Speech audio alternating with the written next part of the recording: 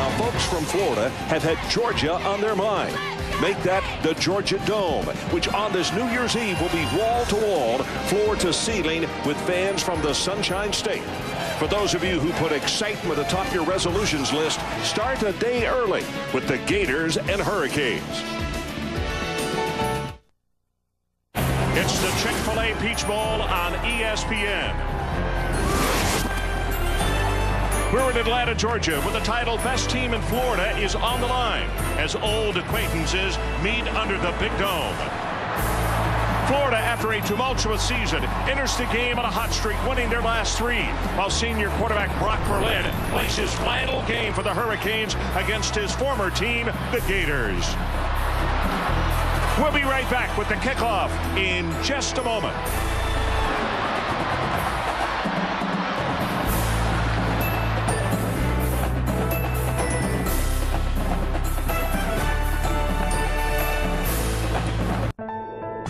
Here's one last year-end list for you. The best specs for a great bowl game. How about two proud teams? The Gators and Canes. Each with something to prove after subpar seasons. Each with added incentive. For a coach dismissed. And a senior leader who will be missed. And each with a deep in the bones dislike for each other. Vying for the title. Best team in Florida. As the clock winds down in 2004, count on this. Florida-Miami will be one heck of a party in the Peach Bowl. Welcome back to Atlanta and to the Chick-fil-A Peach Bowl on ESPN.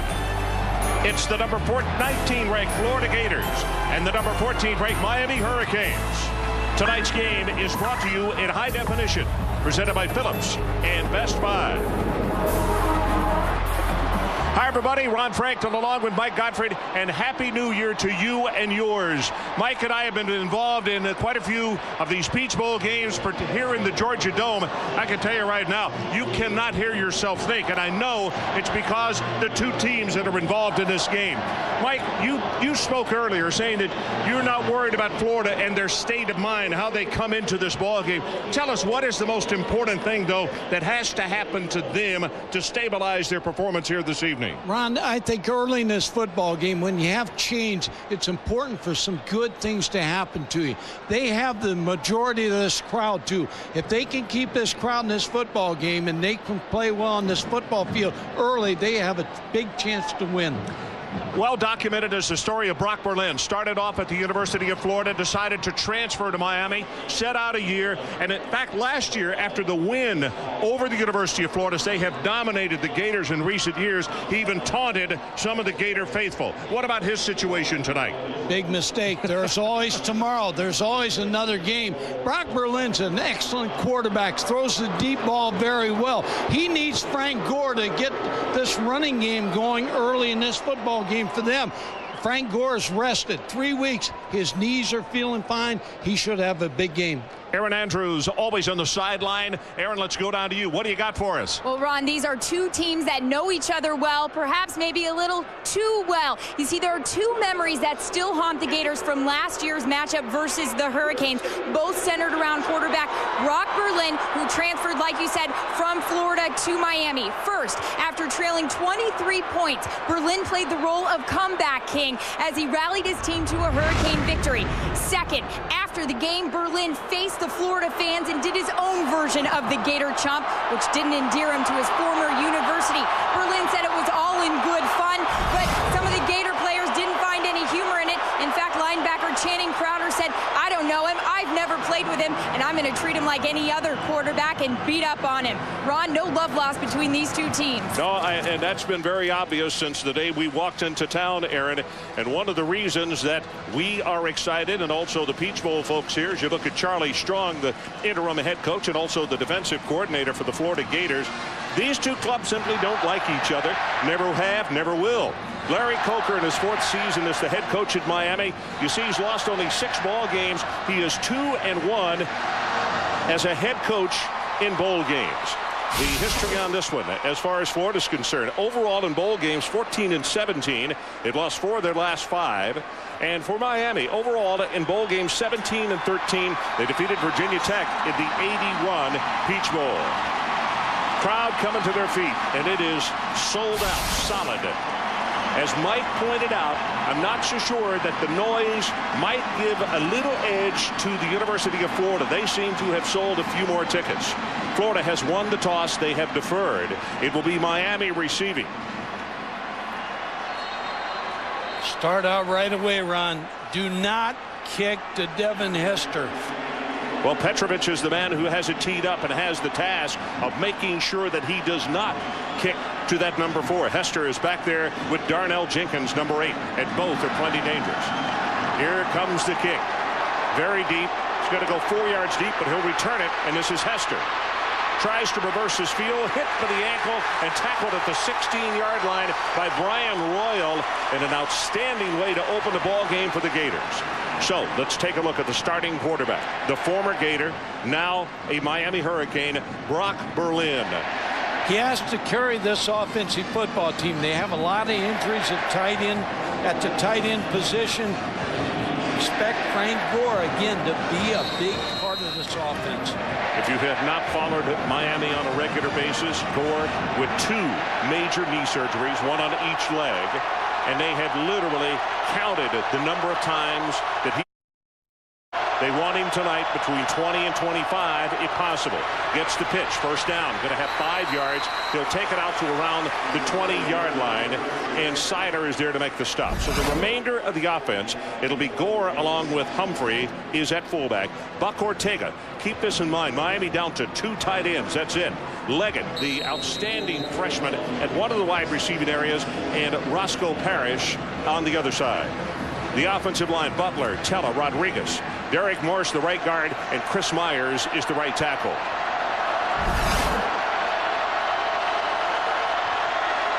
Well, we'll see if that comes true. Second down on about 5.5 yards to pick up the first, and Berlin play action.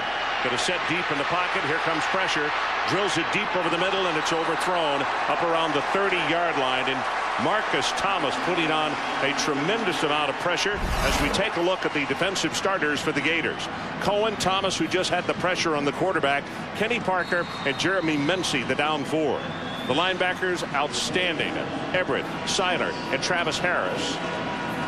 And in the secondary, Webb and Hill at the corners, Herring and Kyle Jackson at the safeties. What do you look for, Mike? Third down. They need the 26-yard line.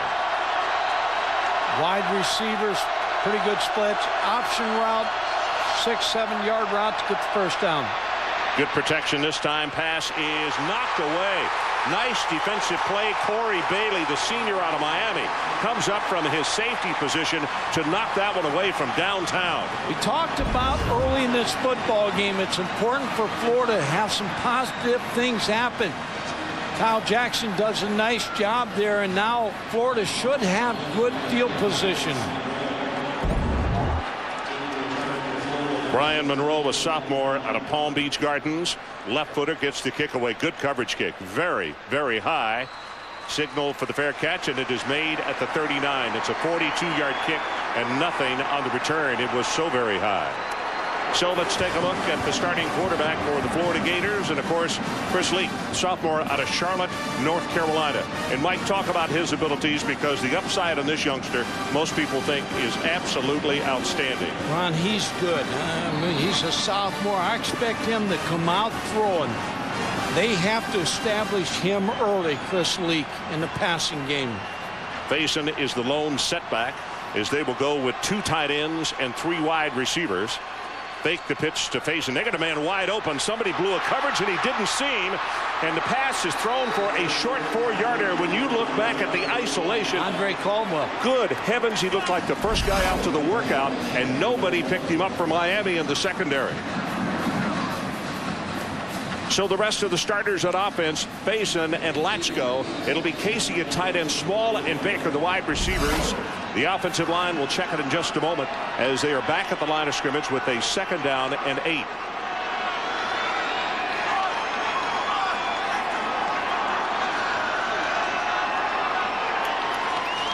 Option play into the boundary. Nobody to pitch to. He's going to be knocked down for a 2-yard loss.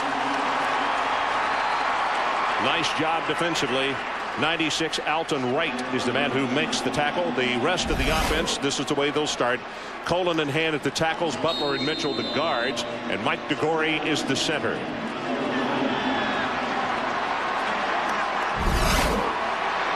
So it's a 3rd down and 9.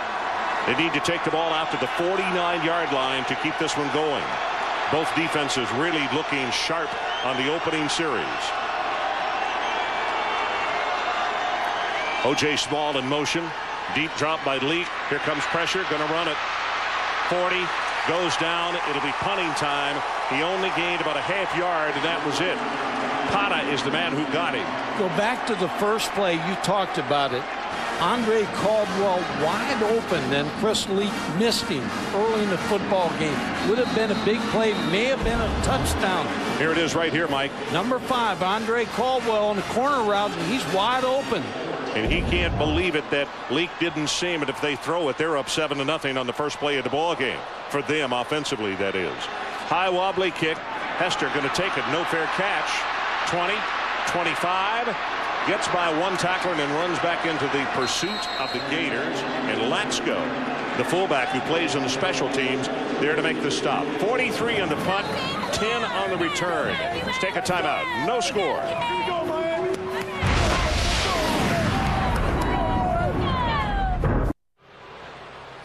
So we are back as you take a look at the defenders for Miami. Both defenses holding the other team's offense to 3 and out on the opening series. Very impressive, Mike. Yeah, good defense. Roscoe Parrish limped off the field on the first play, so he's not in there on this series. Miami 2 tight ends, 2 wide receivers. That's Ortega, who is starting at tight end tonight. He's the number 3. The handoff goes to Gore. And Gore, you can see a headgear comes flying out of the pile. Jeremy Mency will get credit for the tackle. And I'll tell you, Marcus Thomas lost his headgear. Could have lost his head. He didn't care. He was stopping a guy from the University of Miami. Well, we talked about both these football teams being ready to play. And you should see the effort, pursuit by both teams. It'll be 2nd down and 11. They need to take it out to the 36-yard line to pick up the first down, as this time a 2-back set with Humphrey at fullback and Gore, the man at the top of the eye. They'll give it to Gore right at the middle. Small hole, breaks through at 30, out to the 33. But I'll tell you what, if he's not grabbed by the ankle at that juncture, he could have taken it for a lot more yardage. How about the game plan for Miami, Mike? Get Brock Berlin off to a good start. He needs a good start here. Bigger impact by the wide receivers, Roscoe Parrish included, because the tight ends are down. On defense, big performance from corner Antrell Rowe. He's a big-time player. Miami defense needs big plays. They need to force some turnovers. Well, there's a look at Roscoe Parrish, and you were talking about his apparent injury after that opening series, Mike, and we'll see how much he's able to go tonight. He's had a groin problem. Good protection. Now, right over the middle, threw it very low, and it's incomplete. Darnell Jenkins, the intended receiver. And I'll tell you, right now the defense is, it's though they're in the huddle with the offense and know exactly what's going to happen. No, there's no doubt. And you talked about Roscoe Parrish. He's a big loss because he's the receiver Brock Berlin's most comfortable with. Well, that means that it will be Vernell Brown back deep. Actually, Vernell is the usual punt returner. Monroe, high pass, and he got it blocked. It is on the ground at the 18-yard line and recovered by the Florida Gators, number 18, Tony Joyner. And I believe McCollum is the man who blocked it. Tremaine McCollum. Check and see if it's not number 18. Yep, there it comes right there. And I mean, he took it right off his foot, Mike. And this is a big play that Florida needed. Coming off all that has happened to them, they came off a high against Florida State with that win. They needed something positive here early in the football game. That's it. So McCollum being congratulated by his teammates on the sideline. Florida was 3 and out on their first series. They cannot afford that here. They need points. Tate Casey, the tight end, number 84, flips from the right side to the left. Looking, leak out in the flat, and that one is caught at the 15-yard line. Shoved out of bounds is Dallas Baker, the junior out of New Smyrna Beach. They're coming out throwing, and they're picking on Antrell Roll, the best corner, with Dallas Baker. Chris Leak looked down the football field. He dumped the ball off to Dallas Baker. Gain of about 4.5 straight ahead. It is Seatric Faison. And Faison is stopped by Thomas Carroll, number 90, a junior out of Lakewood, New Jersey. This is a quick strike offensive football team, Florida. 5 one-play scoring drives. That's when you're an offensive coordinator. That's what you like. Should have 6. They on the opening play. Oh, they should have. You're right. They should have made it 6 right there. 3rd down. They need about 1.5 yards to pick up the first down. You can see Leak go down scrimmage, making sure the linemen hear it, as it is very noisy here in the Georgia Dome. I don't think he has the first down, not from where the linesman has come in and has placed his foot down, no. And you can see the yellow line, which is the mark to make. Reddick on the stop. Here's where you miss a head coach, because he makes his decision. Usually a head coach will say, I'm going to make this decision. Charlie Strong's got the 1-game contract. Yeah. Go for it. Yep.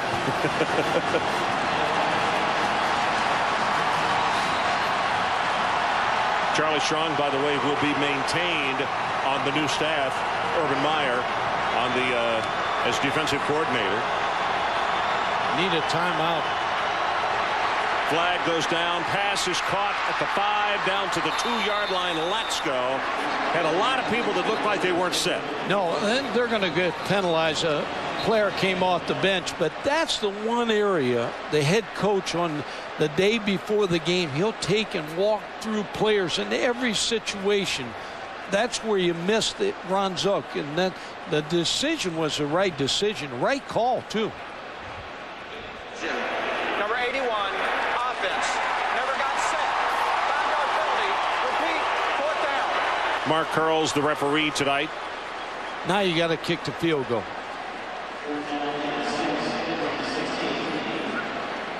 Field goal attempt will be placed down at the 22-yard line, so a 32-yard attempt on the far hash mark. That was a big penalty. Boy, for sure. Matt Leach to attempt it. He's 12 of 16 this year.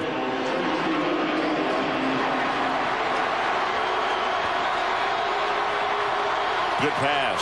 The ball is blocked. Picked up, and that's Hester. Hester up the sideline. You're not going to catch him. 30, count it off, 20, 15, 10, 5, into the end zone, and the flag has gone down, and that's going to be for the celebration from the 15 on in, and it'll cost him just that, 15 yards. Yeah, but Ron, Miami with a big play. Florida, mistake on the sideline, substituting, not having the right guys on the football field, costing that score. Baraka Atkins is the man who blocked it. And I think you'll find out that this is unsportsmanlike. Yep, going to be the call. And that's for the dance from the 15 into the end zone. Boy, you talk about a big emotional turnaround. Oh, one play. Hester wisely picks it up, and you're right. You're not going to catch him. Look at the foot race. I mean, there was no foot race. Hester is just... he is so explosive. 79 yards on this one. Both kick returns and also punt returns. And look at Larry Coker, and he knows just what we were talking about, and that is you're not going to catch him once you get in the foot race. I believe this is going to be a high-scoring football game. One score, you're going to need about 28 points to win this football game. So the extra point. Petty about to try to put University of Miami up by 7-0, and he does. So let's take a timeout. 8:26 left in this opening period. Miami on the scoreboard first. ESPN's presentation of the 2004 Chick-fil-A Peach Bowl. Brought to you by Chick-fil-A. We didn't invent the chicken, just the chicken sandwich. And in part by Capital One. What's in your wallet? And Pontiac and the first ever G6, the next official performance machine of the NCAA.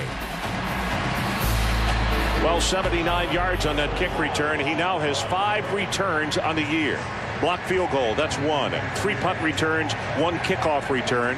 He did cost his team 15 yards with the celebration from the 15 on out. And the kickoff is going to come from the 20.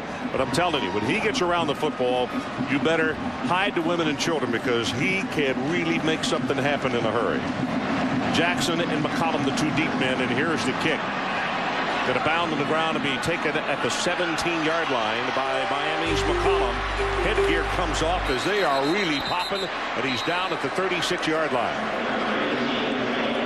Miami gets after you in a lot of ways. Offensively, the big play. Defensively, they'll get after you. And the punt return, special teams, we've seen it all year. Miami can make you pay. And Mike, if you put all the things together that have happened in the early going of the ball game, and we'll document it again and show you the plays, particularly if you just joined us. Florida, because of a mistake and a penalty, cost themselves a touchdown. Because of a non-pickup by the quarterback leak, they should have scored on the opening play. Then they give up the block, and it goes 7. That's a 14-point turnaround. Leak stepping up under pressure. Flag is down, and he'll be sacked at the 32. Pata. Boy, he's already been there a couple of times to make big plays, and it's going to be holding against the Florida Gators. We talked about concentration when you have an interim coach. What Charlie Strong's doing tonight is he's coaching defense. He's making the defensive calls. Larry Fedora making the all. Holding, number 84, offense. The penalty is declined. The result of the play is 2nd down. Tate Casey. And Larry Fedora's making the offensive calls, but nobody's looking out after everything. That's what the head coach does. So it's going to be a 2nd down and 14.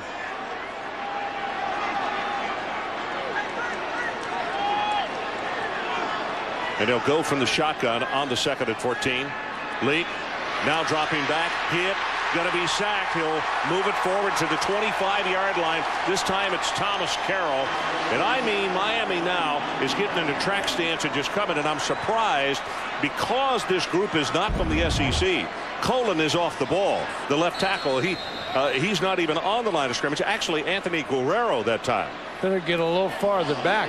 But the running game for right now, the defensive front for Miami's rushing the passer. They're not worried about the running game because I believe Florida's only run the football 1 time. Well, they got a tight end to his side this time. So he's up on the line of scrimmage, and it's a draw play. Facing 30, puts a head down. Tough run up to around the 34-yard line. That's serious for Florida. After you get scored on, you come back. You want to answer the score. Bad series. Have to rely more on Faison. Have to give him the football, at least slow down that rush. Mike, let's see what happens. Roscoe Parrish is back as the deep man on the punt. Eric Wilbur prepares to kick it away. You see his average 42.5, as long as 57. 2nd punt by Florida tonight. And this is a lazy wobbling spiral. Fair catch is called for and made at the 34 by Parrish. So let's take a timeout. 6:40 remaining, opening quarter. Hurricanes of Miami 7-0. And we are back. The Chick-fil-A Peach Bowl. And they are excited about this matchup, and you can see why. This is an excited house tonight. They do a great job here, Ron. Yeah, they do. They really do. Robinson, Gary Stoke, and Chick-fil-A people. Channing Crowder into the ball game at linebacker, number 55. That's good news for Gator fans. On 1st down. Handoff goes straight up the middle. Gore, short yardage, maybe has a 1.5 yards, and that's it. But then being gang tackle pushed back. And let's take a look at the game plan as far as the Florida Gators are concerned. Ron, the offensive line has to win the battle in the trenches. They've lost it so far. Balance between Leak and Faison. You have to run the football against Miami.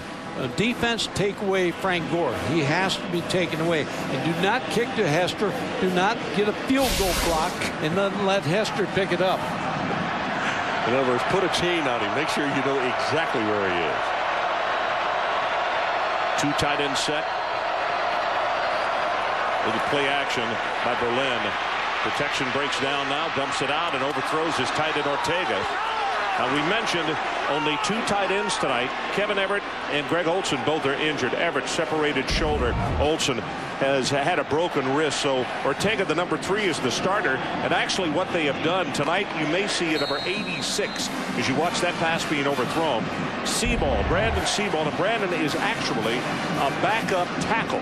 Now, if he comes into the offensive line, they'll take off 86. He'll put on 75. But because of injury, they are down to bare bones. There's a look right there at Roscoe Parrish back in the lineup. Berlin 0 of 3. Gets this one, middle screen, runs into his own lineman and gets knocked down by Butler. Rashad Butler played the part of a defender. Tony Tella, credited with a tackle on Darnell Jenkins. He may have picked up the first down. Doesn't run into number 61. Yeah, you're right. It was 61 rather than 64. My error. And Tella just looking. Tella elbowed him down. He's 6'5", 298. So when Jenkins runs into him, he knows it. Second punt by the Hurricanes. Short kick, wobbly spiral. Going to hit behind the Gunners, and now it's going to be taken by Florida. Picked up at the 20-yard line, and then out of bounds is Vernell Brown. So let's take a timeout. 5:08 left in his opening quarter. 42 yards in the boot. Canes by 7. So we're back 7-0 Miami. And as far as the Gators are concerned, they have shot themselves in the foot. Look at these plays. Yeah, missed Andre Caldwell right early in the football game. First play should have called timeout right here. You have substitution problems. They got penalized and the block field goal. And Hester returned at 79 yards for the touchdown. But on the play that they had the penalty, they scored on that one, but it was called back. And that other play that you saw, the very first snap from center for the Florida Gators. Well, let's see if contact was made. Santonio Thomas is the man who jumped. Santonio injured against NC State, a game that we had, Mike, and he missed 4 games. And they are very pleased to see him back because of all the injuries they've had with the interior linemen. Yeah. Offside, number 44, defense. Jumping in neutral zone, causing the offense to false start. 5-yard penalty, first down. This Miami football team has been hit by a lot of injuries. McIntosh, the linebacker, that middle linebacker, not playing tonight. The shift for the Gators, they get an advantage of 5 yards with the contact being made by Williams.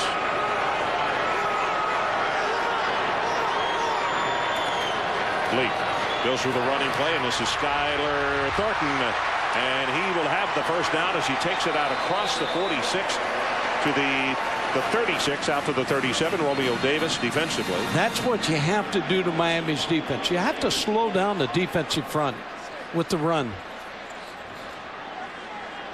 Alton Wright injured on the play. And Wright is in the ball game tonight starting because of injuries to other people. So it's one of those things where they're finally getting some folks back, still not 100%. You know, the one thing that of all the people that have pointed the finger and even asked the question, is the dynasty over? Is Miami going down? Take a look at just last year's NFL draft. How many defenders from Miami went in the first round? And some of those were underclassmen that would have been back here playing for this football team. When you look at this defensive line, you have 2 juniors in the starting defensive front, 2 sophomores. You got backups or sophomores and juniors. You can see his leg got caught by one of his teammates, by Merriweather, and that's where the injury occurred. Except for Antrell Rowe, this whole defensive football team basically is going to be back.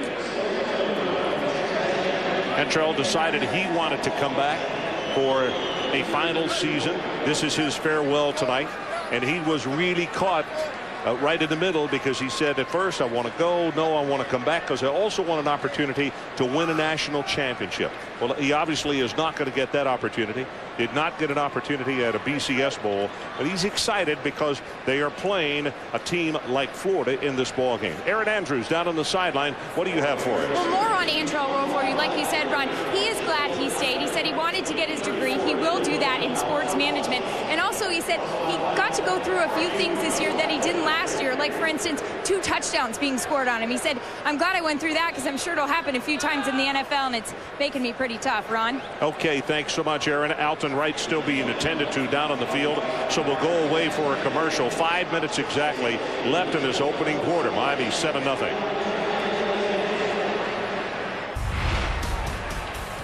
Okay, Reese Davis, thanks so much. Really a great show of support and sportsmanship and love also from his teammates. As everybody on that defensive unit, everybody who was allowed on the field went running out to the cart to shake hands with him and to wish him well. And here it is right here. He just gave a thumbs up and gave a #1 sign to his teammates, and he all came rushing over. Alton Wright is out of Houston, Texas, played at Jones High School, went to Kilgore Junior College. And there you see the thumbs up, and he's got a big smile on his face, but if he's being carted off, you could see where he got kicked across the front of the leg, and obviously it is not just a slight injury. They want to take him in and get an x-ray. You see his teammates come over. They all spend so much time together in the weight room and practice and classes, and this is a football team. Like most football teams, they're together. They win as a group. Well, Randy Shannon, the defensive coordinator of the Miami Hurricanes, is a guy who, you understand the parameters of what goes on down there. Randy is he played football at Miami. He was a 2-year starter. 1 year of those was the national championship year, and now he stayed there as a graduate assistant, and then became the defensive coordinator. And these guys, he has made them a very, very close unit, and they really, boy, they do. They win together, they lose together. And as I said before, very young defense, and you see Florida shifting a lot. Ron, Bobby Petrino and this Louisville team, they went in to play Miami about the 5th, 6th week of the season. They had a lot of success switching the tight end to the other side, and that's what everybody since then has done to Miami, because they run a lot of man coverage. They want to try to get them confused. Well, all the way to the locker room, Alton Wright signaling to his teammates, hey, get fired up and let's keep playing hard. We're up 7-0. Don't lose momentum right now. And we'll try to get a report as soon as we can, and I'm sure we will, after he goes down into the tunnel and they take him directly to the x-ray room here at the Georgia Dome. So time is back in, and it's Florida with a first down at the 37.5-yard line. And Leak with an audible coming to the line of scrimmage, and because of the noise, making sure that every offensive lineman gets the count of the snap. Basin takes it right up the middle. Check it. Skyler Thornton still in the ball game, and he has maybe a half yard, and that's it. Just not much doing there. As they try to keep him honest, Mike, fans don't understand it. But if you just say we're just going to abandon the run, then the defense all of a sudden they get in that track stance and they come after. Yeah, they really do. This Miami football team defensive front handling the offensive line of Florida so far. Basin getting a breather on the sideline. See the bunch set over on the right side, but they go with a running play with Thornton, and a flag is down. Florida seems confused. People moving before the snap.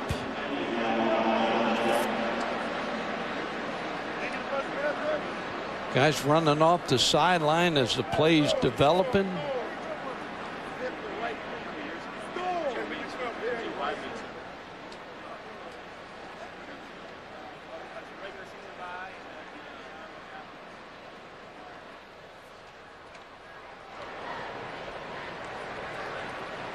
Trying to play with too many men. I start to say they kept counting, and that's hard to do on offense. Defensive football game. Yep. 11 plays Florida. 19 total. 9 plays Miami. You go back to we talked about early in the broadcast about when you have an interim coach, and we see Notre Dame play in the first time. We had them last week, and they couldn't get going. All of a sudden now you got Florida in the interim situation. They're not moving early. So trying to play with 12 men in the field, and it cost him 15 yards. New line of scrimmage, way back down at the 23-yard line. Leak sets deep in the pocket, now steps up right over the middle and missed his intended receiver, Thornton, and very dangerous because a linebacker and a safety both sitting right there in the vicinity. Go back to Ron. We talked about the interim coach and what problems you have with that. The team knows Charlie Strong's going to coach one game here, and then you're going to have a coaching change, and you got all those things happening since the Florida State game. New coaches being hired, some coaches not getting jobs, so that's affecting this Gator football team. 7-0 Miami leads it. Boy, this first quarter started off like a house of fire. Now it's just grinding almost to a halt. Lake steps up, going to be hit, and he was sacked by Naughton. Javon Naughton, the third time that they've gotten to him here in the opening quarter. They are going backwards.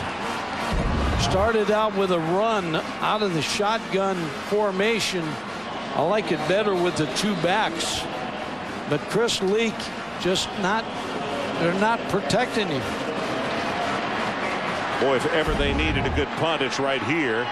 Or Miami's going to have fantastic field position. Wilbur will kick it away to Parrish. And here's his boot. Line drive, takes a bounce, and it gets by Parrish. Picks it up on the second hop and retreats all the way to the 27. And he's going to be tackled at the 33. That is a fine job of the special teams of Florida. They could have been looking at a ball around the 35-yard line, and the ball hit the ground a couple of times, and it's 52 on the punt, 3 lost on the return. Pressure on Chris Leak. Not a chance here. The option, they took away the pitch. Now play fake. They haven't been able to run the football. They're not honoring the play fake. And then in the shotgun, he gets the rush. He's not been sharp early in this football game. So you can see Miami scrimmaging from their own 33-yard line. And they'll go with a short running play to Gore. And Gore's only going to get it back to the line of scrimmage, and that's about it. Florida led the SEC in pass protection. Only 14 sacks, but tonight Miami is turning the dogs loose. Boy, I'm telling you, they're turning the heat up considerably. 2 minutes and 30 seconds remaining to opening quarter.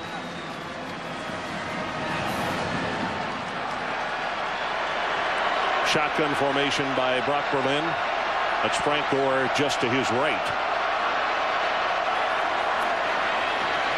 Gore, good job with the pickup. Almost intercepted, and a pass was dropped. Would have been picked off and maybe for a touchdown by D. Webb. And I'll tell you, Berlin got hit. He took a shot to the head, and Florida may be fortunate that they didn't get a penalty on this play. Look at it again. Well, good defending by D. Webb, who's a corner they put on an island against Lance Leggett. He's a physical corner.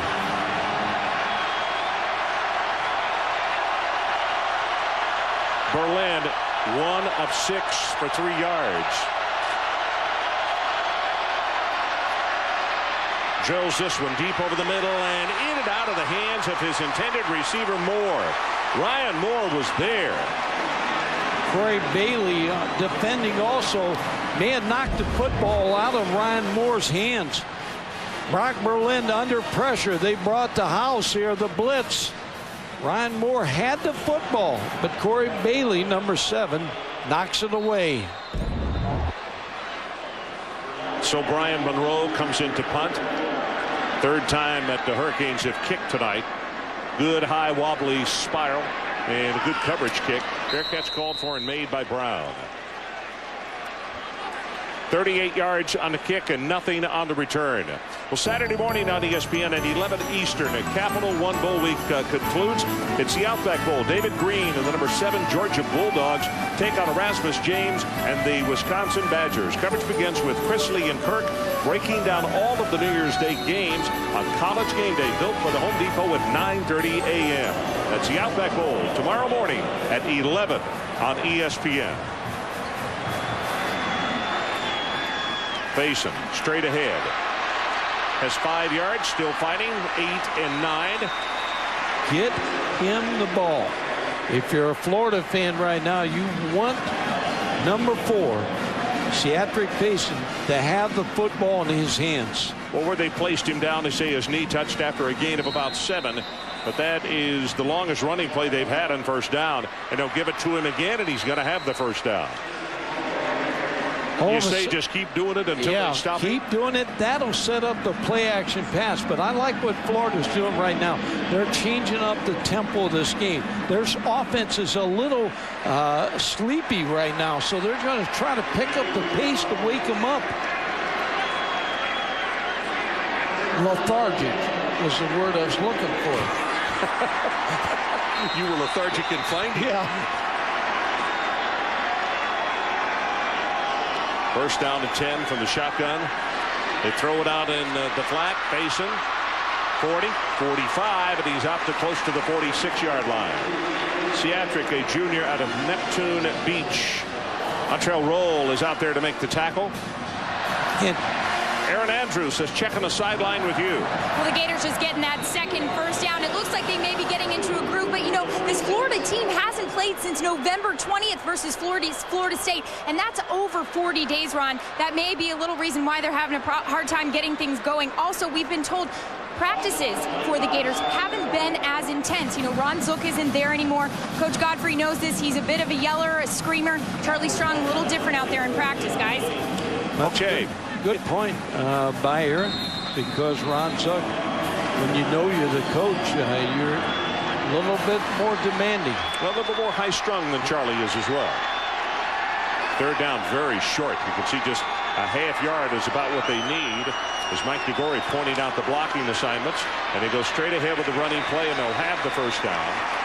As the ball is going to be just short of the 50-yard line. Pata on the stop. I think Charlie Strong has done a good job. Whenever you're put in this situation, he gives all the credit to Ron Zook. He includes all the coaches in everything he's doing. He will be a head coach in college football. And that is the end of the opening quarter, so let's take a timeout.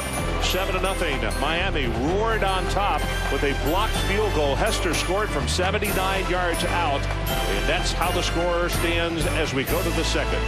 Right back. So we are back as we open the second quarter. Happy holidays, everybody, and Happy New Year. Not too far away.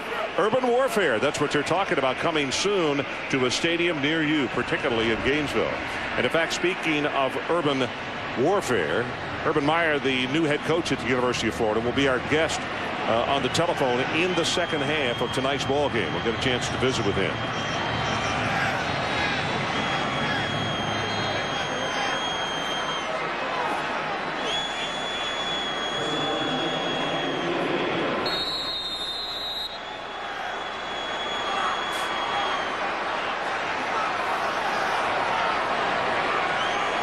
Gators with everybody in tight on first down. 2 wide receivers, and they got them bunched up as well, which means Miami has got about 10 guys within 3.5 of the line of scrimmage, and Payson is going to be hit and tackled at the line of scrimmage.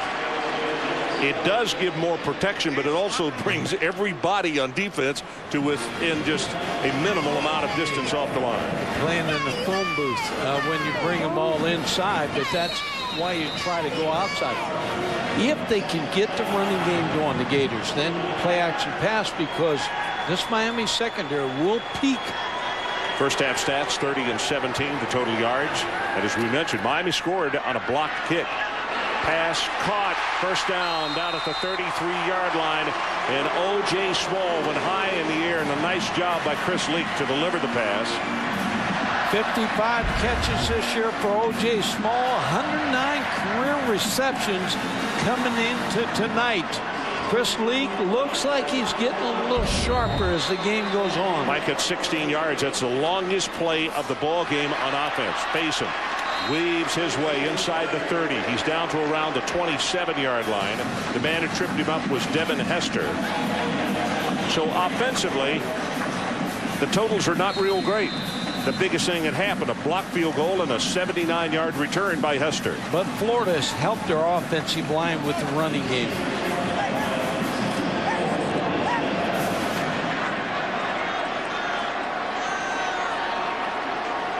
Miami creeping up, showing blitz, and they're just waiting for the run. And boy, the attack on Faison, the minute he got the ball, safety was there, linebacker was standing up on the line of scrimmage, and Tavares Gooden, the linebacker number 52, just bratted it. No, you're right. What they did is they brought 8 people into the box in the offensive line area and figured that Chris Leak would maybe check out, but he didn't. So it's 3rd down. 10th play of the drive. It started at their own 28-yard line. They're confused again. They need a timeout. They need to take it to the 22.5-yard line, and a timeout has just been taken by the Florida Gators. So let's take a timeout. 13-11 remaining until intermission. Score remains 7-0 Miami, and the Gators threatening. So we're back at the Peach Bowl, the ACC against the SEC. Seeing all those bodies on the bench in their jerseys and their street pants. It tells you how many folks are injured for the Miami Hurricanes and cannot play tonight, Mike. A lot of players. You bring your whole team here. Sometimes you can't dress them all, but you want to reward them with the bowl trip. So it's 3rd down, and they need to take it to the 27.5-yard line. You see the yellow line. Leak from a shotgun formation. They're down 7-0, and they need to start getting some points. Pressure off the corner. Steps up, going to run it. He'll have the 1st down, and he is tackled and slides down at around the 24-yard line. No, he's not going to have the 1st down. I beg your pardon. Decided to slide too early. I thought that was a good timeout by Charlie Strong to get his team organized. Chris Leak slides a little bit too early. In baseball, he would not have made second base. No, he'd have been out. So it's 4th down. They're going to go for it. They need about a half yard. Quarterback draw. He's going to throw it.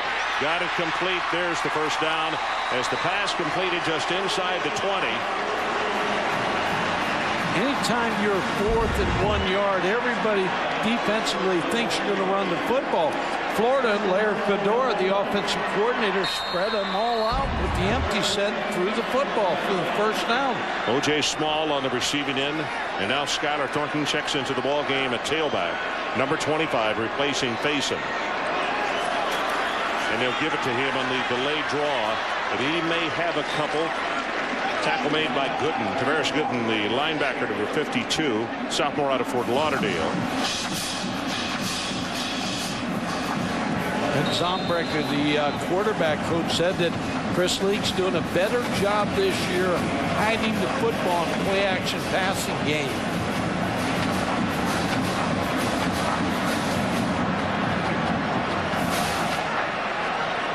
A lot of shifting.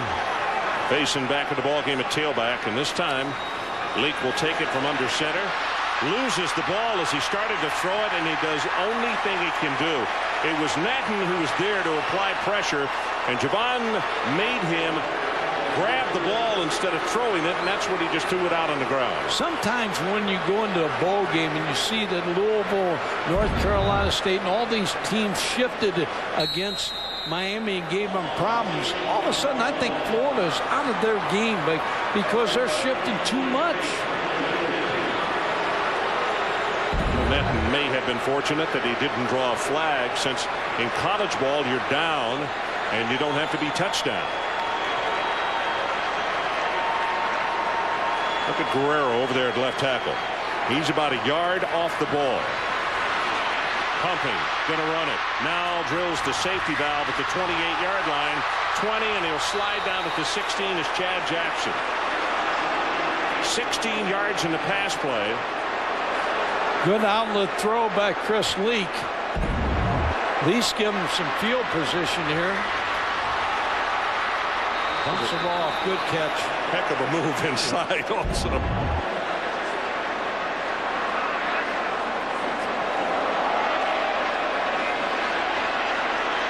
So the field goal attempt coming. It's going to be placed down at the 24. 34-yard attempt by Matt Leach.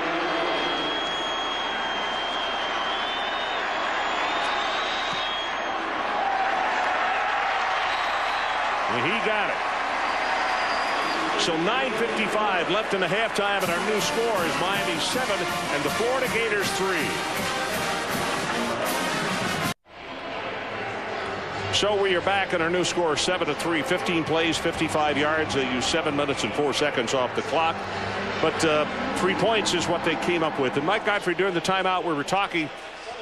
You're not totally satisfied with what they're trying to do offensively. No, I think when you have a lot of time to prepare for one game, 3 weeks, sometimes you go back and look at the tape, you figure out what Louisville did, you try to put all this shifting in. They need to go back to what got them here and line up, come after this Miami defense. Here's the kickoff.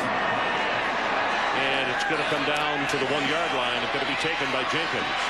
Darnell Jenkins tries to hurdle the player. He's going to be tackled at the 15-yard line.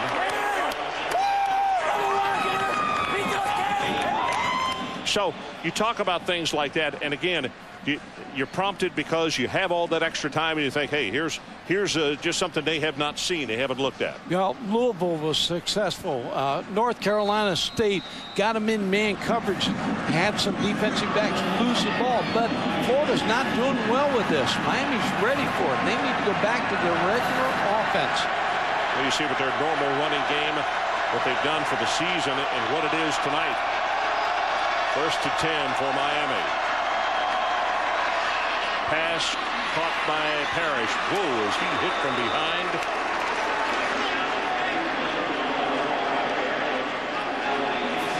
Here's the other point, Ron. Miami, as bad as Florida's been on offense and the mistakes they've made, Miami has not taken advantage on offense. Their offense has been sluggish. Well, it has been. And no running game. You keep looking up there saying, well, they scored the first touchdown, but it was a special teams touchdown. Miami, there's the first down. Frank Gore is going to break it out of the 30-yard line to around the 34. And Demetrius Webb is there to make the tackle. Now, you can believe that. That came at 9:09. And a good cutback by Frank Gore. Frank Gore is a solid running back, averages 5 yards every time he touches that football. So first down Miami. They make the announcement. 9:02 on the clock of the second quarter. That's when they move the chains for the first time. See the numbers on Frank Gore. We talked about they want to get him between 20 and 25 carries if they can. May have had contact right there on the center as the ball was snapped. Well, Thomas and McDonald were moving.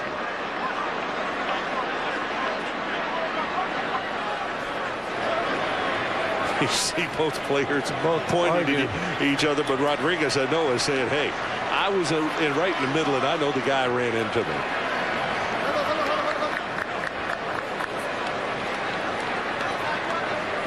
Offside, number 44, defense. Contact while the snap. 5-yard penalty still, first down. Twice tonight that Marcus has come across and made contact. Both those players are going to be lawyers someday. They're trying to argue the case. Well, Joel knew. He was right there. He said, I was about to snap the ball, and he made contact before I did it. And the officials concurred. So it's still first down.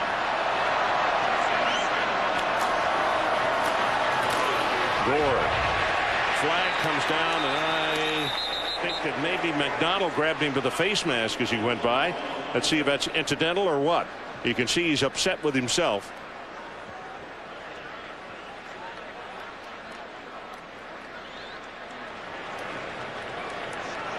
Personal foul. Face mask. Whoa, big job. 95, defense. 15-yard penalty. First down. So now all of a sudden, by way of a penalty, Miami now has back-to-back first downs. And the defense, Ray McDonald grabs the face mask of Frank Gore. Turned his head all the way around there, and that's the reason I'm sure that they counted it as a major penalty, as a personal foul. So it marks it down at the 46-yard line of Florida. Clock about to go under 8 minutes left until halftime.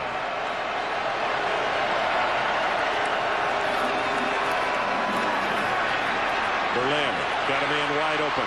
Goes at the 40-yard line. It's Hill. Quadrine Hill who plays both tailback and fullback, the junior out of Sunrise, Florida.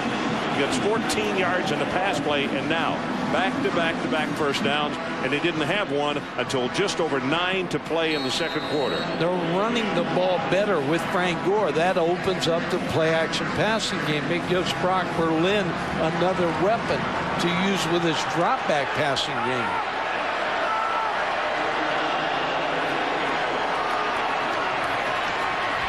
Gore going to go for sure. Ball is loose.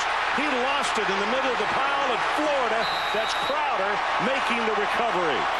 Gore went into the pile, and all of a sudden, he didn't go after it. And then he looked. Ball was not there, and it's Herring who knocked it loose. We'll take another look at it, and we'll see exactly what happened. Slow on the reaction, Mike. Didn't know there was a fumble initially, but watch it. Bang. Ball is loose right there. Definitely he can't fumble. get by his tight end Ortega, and you see the recovery coming up by Crowder. Crowd is booing, but he doesn't have the ball totally right either. Definitely a fumble. Definitely. That is a good call by the officials. And there's Crowder, who is Johnny on the spot to make the recovery. And Frank Gore got his head down after his team finally put together 3 first downs in a row. And now a chance for Florida facing in the ball game at tailback. Fakes it to him, going to go on top. And intercepted, and that is picked off by Hester. Watch the speed. Hester will run out of bounds at the 34-yard line. 29 yards on the return, and I believe they were going for O.J. Stone. Yeah, he got away from Chris Leak on the release. Too high on this pass. So they trade turnovers. And Devin Hester, I'd use him on offense. This guy's got great hands, and he's as exciting a player in the country. But you saw why Randy Shannon said, hey, we got to use him on defense, too. He's getting a lot better as a defensive corner. But, boy, when he makes the pickoff, you better gather some folks in a hurry. He had returned to 29 before they knew what was happening. Berlin, near sideline, got it complete. Pushed out of bounds. Ryan Moore. And let's see, they're going to say he was pushed out at the 22. That's D. Webb, who was there defensively for the Florida Gators. Florida just keeps making mistakes. Not much of a fake here by Brock Berlin, but a good comeback route by Ryan Moore.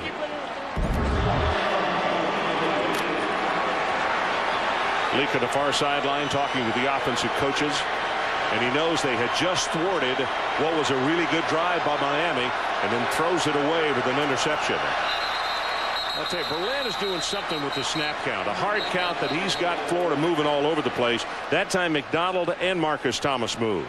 You go on the ball movement. It doesn't matter what the quarterback calls. You wait till the football moves.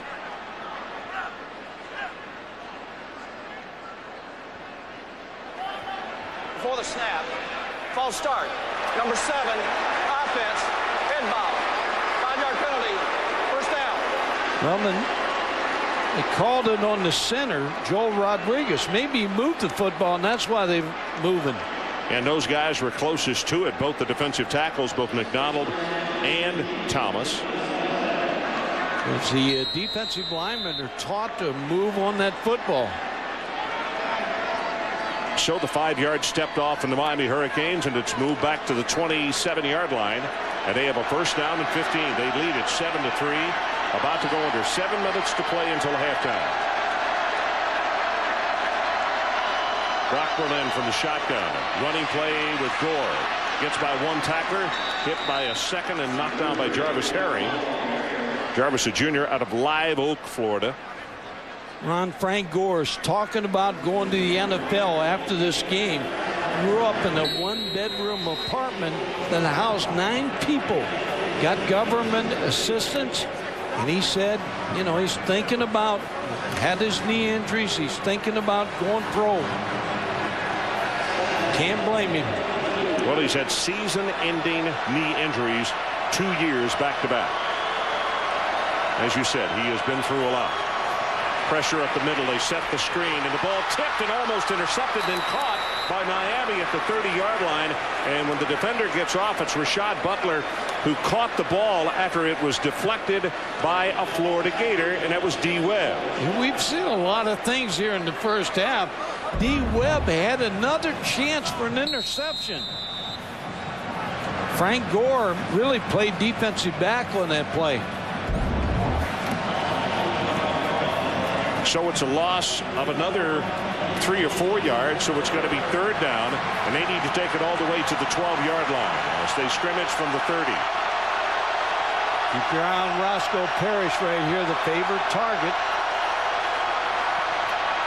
Near sideline, ball is tipped. His receiver had not turned around.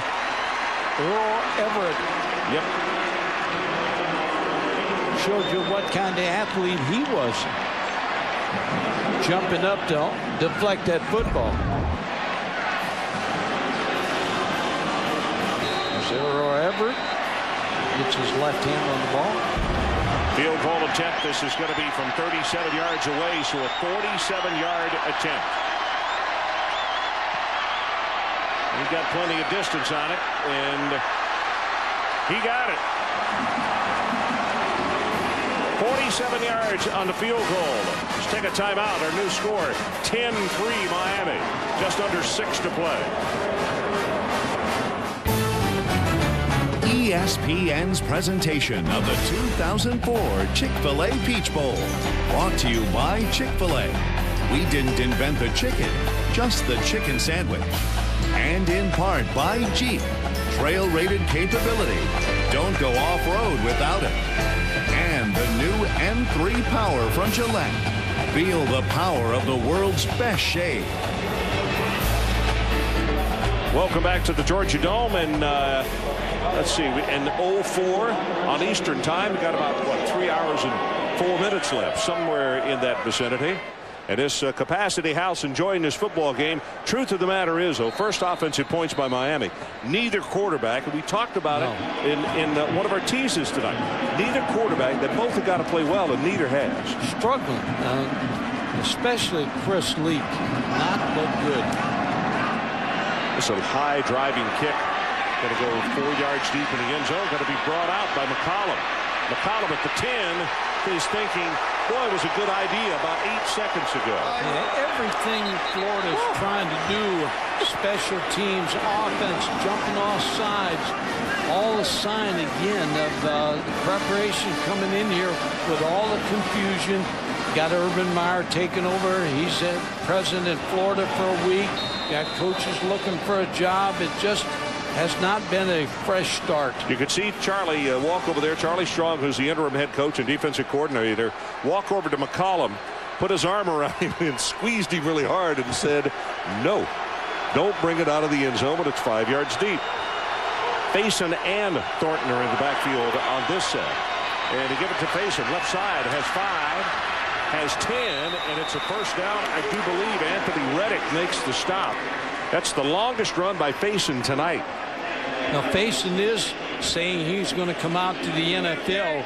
It's a big year for running backs all over the country. You think of Cadillac Williams, Ronnie Brown, think of Benson at Texas. So there's a lot of good running backs in this country this year. Well, you can see that, they spotted it right here. He did not pick up the first down, so it's 2nd and short, and he'll get it again, and this time we'll pick it up.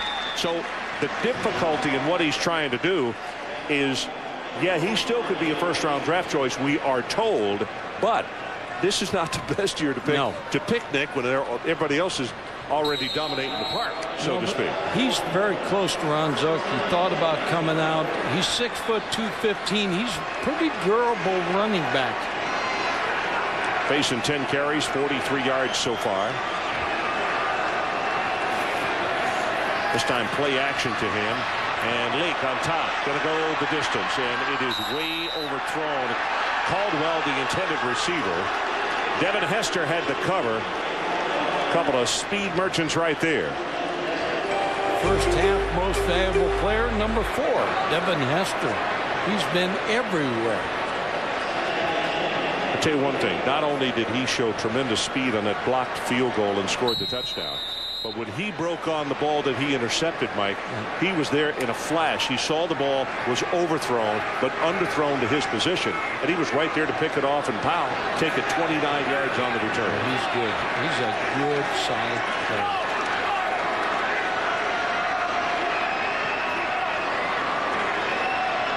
Chad Jackson shifts from the left side back over to the right. Pass thrown incomplete, and it was Jackson they were looking for. And on the defensive play, Antrell Roll got a hand on it. The crowd reacted. They wanted pass interference, but there would be none. At the luncheon yesterday, Antrell Roll, the questions came out of the audience for Charlie Strong and Larry Coker, and Antrell Roll asked Charlie Strong, what's going to be your first play on 3rd and 4? And so Charlie laughed it off and didn't answer, but Antrell Roll looks like he knows what the play calls are.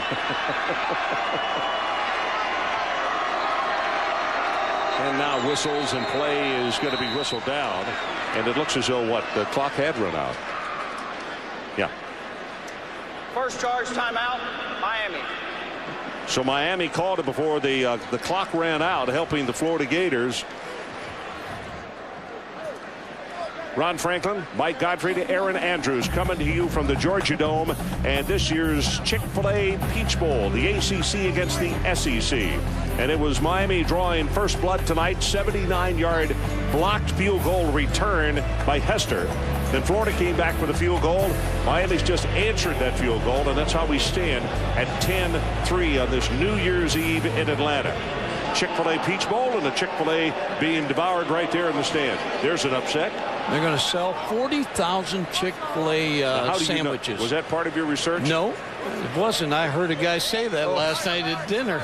Steve Robinson was talking about it. Since he's president, I think he would know, as CEO. Right. Chick-fil-A, and I'll tell you, they do a great job here. Give a lot of money to charity. They're very organized. Both teams have had a great time here in Atlanta. Atlanta's bold. And notice tonight you had your pockets stuffed full of those coupons for those little sandwiches. Wait till I get to halftime. Your grandkids are going to follow you around for months. 3rd down. Rolls the pocket. Now steps up. Going to run a 25-30 and goes down well short of the mark. Potter was right there on him. Bryant, a sophomore out of Miami Central, has been injured, has played, has started some, and quite frankly, Pata has done a nice job tonight. He has been around the football, particularly in the first quarter. And you see his ankle wrapped up there. And with the injury to Wright, he's playing that same position. 4th time tonight that's able to punt it. Wilbur waits for the snap at the 15. Roscoe Parrish, the deep man. Driving spiral. The only problem, this is very returnable. Parrish on the run. 30, 35, 40. Look out. He's gone. Counting goodbye. 30, 20, 10. Touchdown, Miami. 2 special teams touchdowns.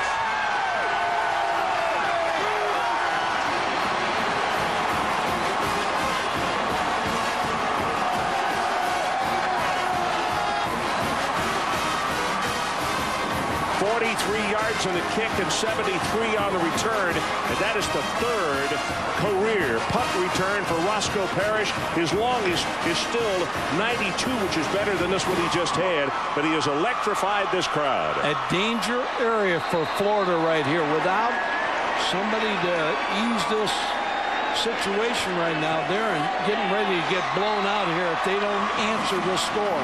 John Petty with the extra point attempt is up, and it's through. All right, this is real time, and watch what happens. As I said, only problem, line drive kick, returnable. First wave, broken. He's gone right there. It's over.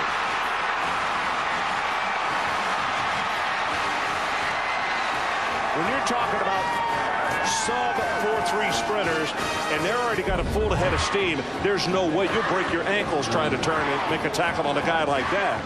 And tonight, with a struggling Miami offense, and they have struggled as mightily as has Florida, but special teams have been the difference. And Ron, when you're in the interim situation right here, coaching-wise, you know, you worry right now about Florida. If I'm a Florida coach on the sideline, I'm a little concerned about my football team right now because They're going in different directions here, and if they don't get it together, they're going to get blown right out of this dome. 17-3, Miami on top. A 79-yard blocked field goal return by Hester. And now a punt return of 73 yards by Roscoe Parrish. And folks, you saw him just disappear. He was going so fast, and that's a guy that's been nursing a groin injury. So he's not 100%.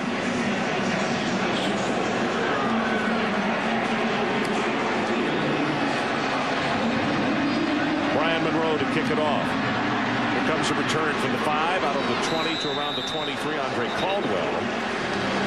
And Reese Davis, let's check back at the studio with you. All right, Ron, coming up on the Dodge halftime report, Trev and Mark are here. We will recap that Liberty Bowl thriller, quite a shootout between offensive powerhouses. The Big Ten one-ups the SEC, and we also take a visit to Miami for the FedEx Orange Bowl preview. You know, you always tell coaches, don't kick to Devin Hester. What about Roscoe Parrish now? Well, don't kick it at the line drive. Well, you can't kick it, out of bounds. How many times have you seen people kick it out of bounds? You got to kick it to them and cover it. That's the idea. Easier said than done. It was a line drive in defense of the rest of the special teams. Payson up the sideline. Crosses the 40, out to the 45, and now the 46-yard line. Brandon Merriweather knocks him out of bounds, but a very good answer on the part of the Florida Gators. And go back to that punt. They're right in the studio. When you line drive those punts, they're going to come right back at you as fast as they get to the punt returner.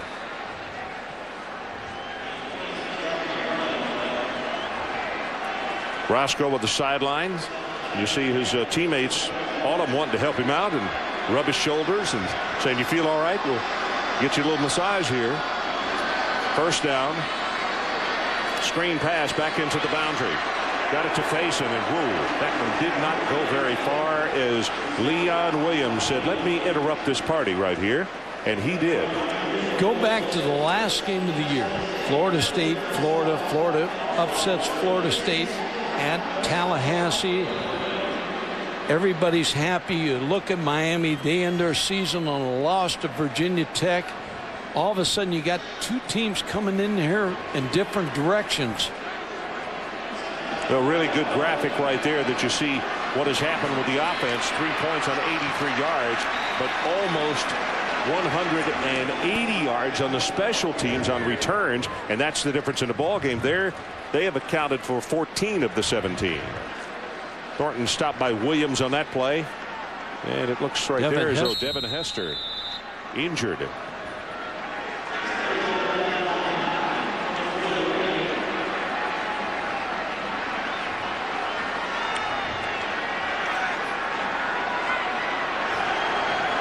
So he has been attended to immediately by the training staff of the Miami Hurricanes. 2 minutes and 20 seconds left until halftime.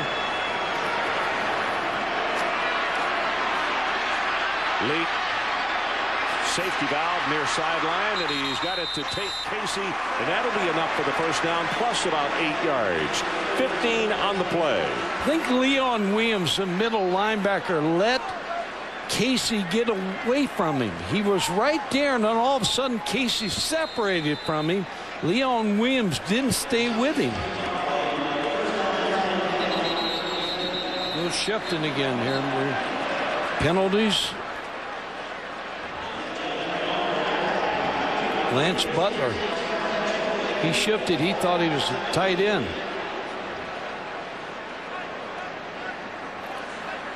Before the snap, false start, number 72, offense. 5-yard penalty, first down. This is a big series. Now, you have to answer that score of Miami. Otherwise, this game's going to get away from you. Charlie Strong knows that. Larry Fedora, the offensive coordinator, is calling the plays. Got to get this team in the end zone. By the way, the card that came up was not an electronic response by ESPN. There was someone in the stands holding up the thing that said bad call. Just a little disclaimer I thought we should add. Shepherd facing, but at 5 yards, 6 and 7. And good head of steam. He's tough to bring down now. Leon Williams comes over to make the hit on him, and they'll say actually knee was down on a gain of about 4.5. And the clock running now under 2 minutes to play until halftime. See 75 yards from him on 12 rushes. He's done his part. Chris Leak has not been able to take advantage of the passing game. Miami, give them credit.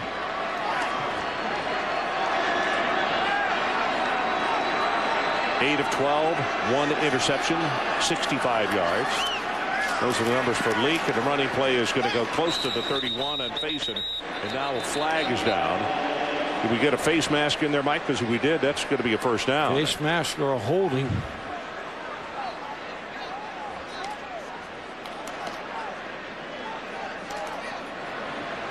And that's going to be a hold. Big Mo Mitchell was standing there looking on, and he had a smile, and then all of a sudden the smile turned to a frown as you look at Hester jogging on the sidelines, and he looks anything but 100% right now.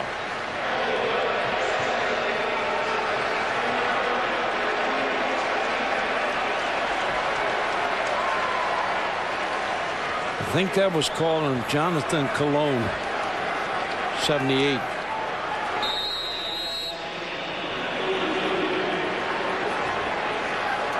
So the penalty pushes the ball back to the 42-yard line. Clock is running again. 1 minute and 15 seconds until halftime.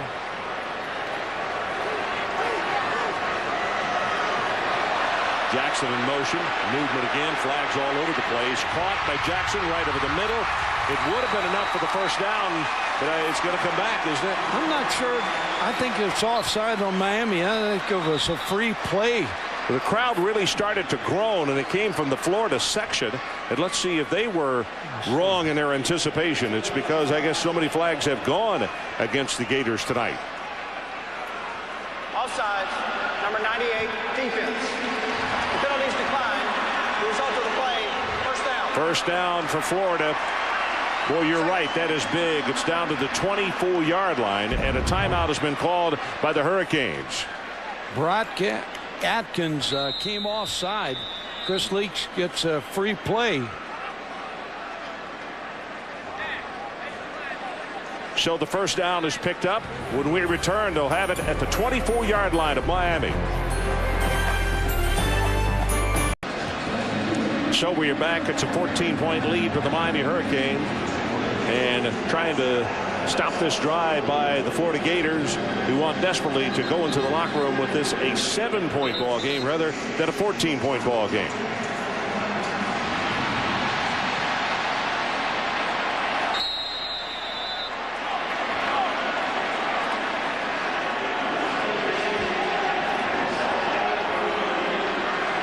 Eighth play of the drive. It all started back at their own 23-yard line.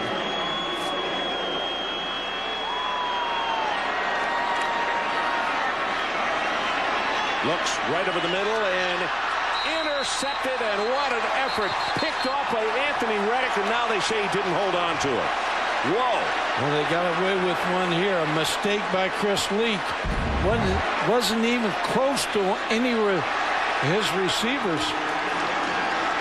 This is a heck of an effort. No, he trapped it. Yeah, you could see him losing control of the ball, but he didn't mind just giving up his body for the play, and came very close to making an outstanding pickoff. Chris Leak, to me, doesn't look like he's following through on his throws.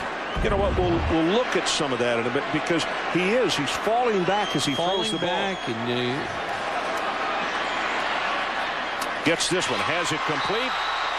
Ball is loose. They'll say incomplete pass, and maybe a break for Florida, because as he came back and caught it, he really got tagged. Chad Jackson made the catch. 9 of 15, 1 pickoff and 83 yards. Those are the numbers on Chris Leak. And it was Devin Hester who came in and delivered the blow. He's like Popeye. Here it is, Mike. Here's what you're talking Here's about. Chris Leak. Watch Chris Leak here. He doesn't follow through. He doesn't get set. Kind of backing out of there a little bit. Did get that completion. Not following through on his throws. So it's 3rd down and 10. Jackson in motion. He'll try to throw it again. Pressure right at the middle. The ball is delivered. Got a man there, and Jackson could not hold on. Oh, boy. Huge pressure by Nathan. Javon Nathan, the junior out of Miami. Well, you can't throw it any better than Chris Leak did in this. Here's Chris Leak again on the follow-through. See him set up. Add pressure, slides to the left. Chad Jackson, ball has to be caught. Well, you're right. Leak threw it perfectly, followed through on that one, stepping toward the line of scrimmage. And this field goal attempt is going to come from 41 yards out. Plenty of distance. Did he get it? Wide left, no good.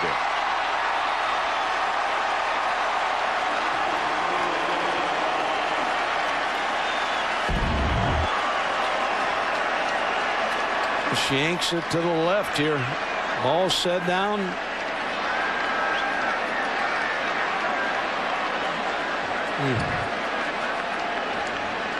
First 3-4 minutes of this third quarter is going to be very important for this football team, Florida team, because everything that could go wrong in the first half did go wrong. And Miami's going to make sure that there are no mistakes made. They're going to take a knee and just run the clock out as Brock Berlin goes down at the 19.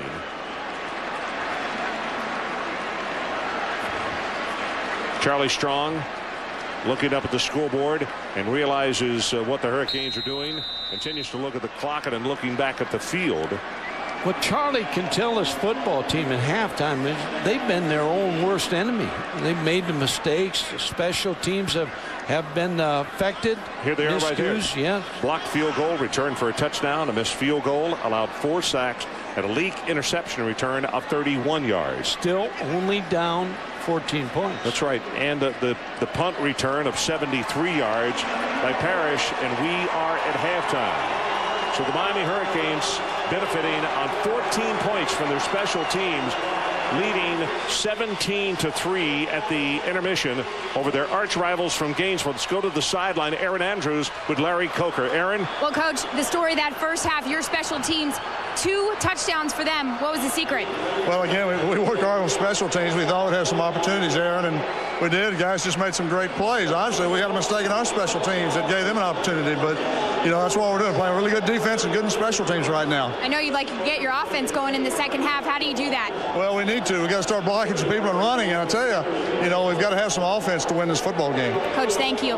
Ron, also a quick report on Devin Hester. Trainers were looking at him. We saw him limping earlier. They said he's absolutely fine, just trying to get a couple kinks out. Ron? Okay, thanks so much. Our halftime score, Miami 17 and Florida 3. Now here's Reese Davis with the Dodge halftime report. Reese.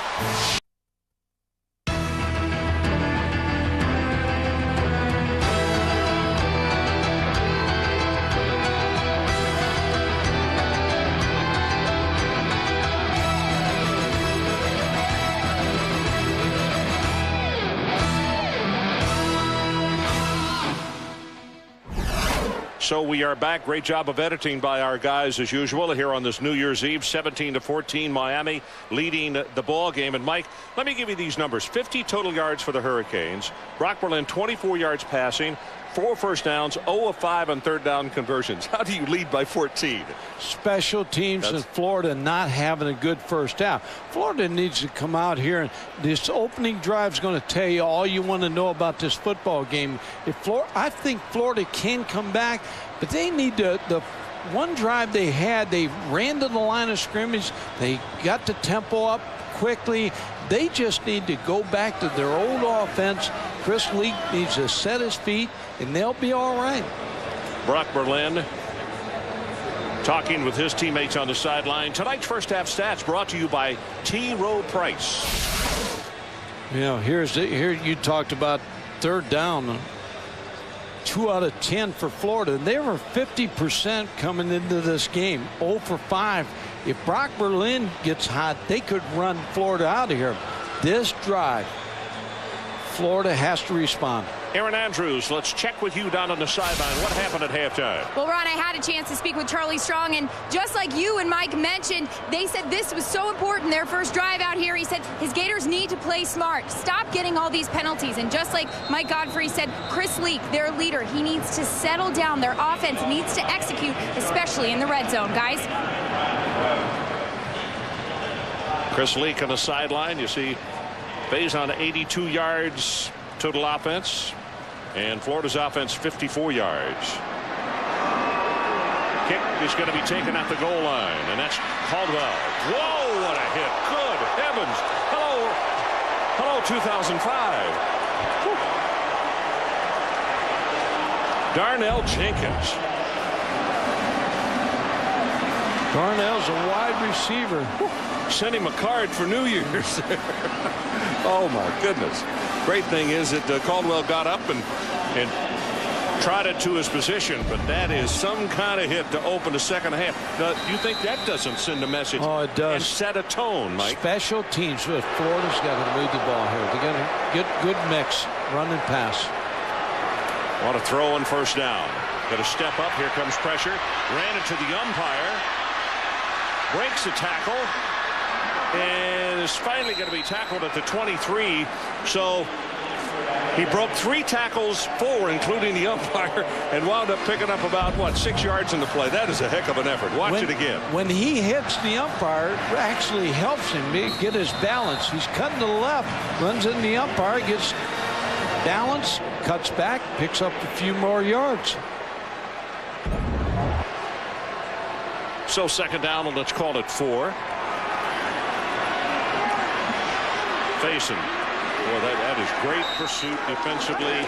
Greg Threet, the junior out of Tallahassee Lincoln, got over to initiate the contact. Miami knows, Larry Coker knows too. He needs Randy Shannon. They need to stop here in the first drive. I don't want to let him back in this. Mike, I don't know if he got accidentally punched in the eye or what, but he still has the headgear off and is walking off the field. That's Faison we're talking about. One thing in this surface, there's some sand, so you could get some sand in your eyes. You're exactly right, and he's keeping that left eye closed, so Skylar Thornton, number 25, will come in and replace him. And you can see some of the black. I almost granules. I almost called him Chad, and after not since these two teams are from Florida, let's call it something else. Chips. We'll call them chips. Third down. Need to take it to the 27-yard line. Zings this one behind the intended receiver, O.J. Small. Boy, he had him. Not a good series for Chris Leak again. Not setting his feet. Not following through. Roscoe Parrish goes back deep. And let's see if Wilbur, 5 punts. This is the 5th one right here. Let's see what he does to try to keep it away from Roscoe Parrish.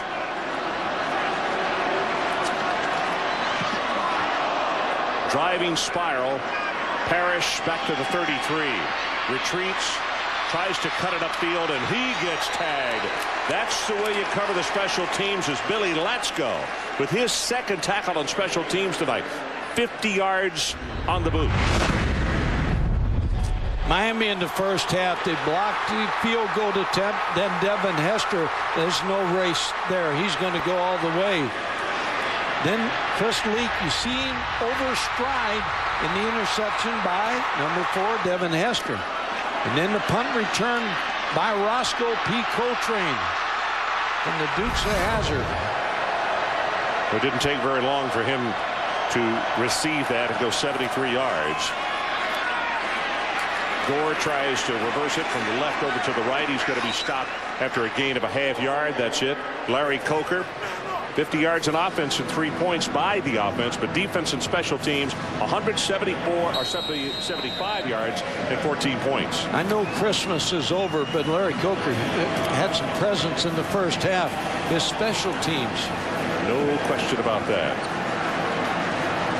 Defensive stats, Herring with 4 tackles for Florida to lead that team in the first 30 minutes of play. Antrell Roll had 5 for Miami. Williams also had 5. Pass deep over the middle and got it. Roscoe Parrish at the 47-yard line of Florida. Good for 18 yards. Brock Berlin stood right in there under the rush. Marcus Thomas was really after him, applying some heavy pressure, number 44. They're moving the Roscoe around a little bit, so it motioned him. He in route, wide open.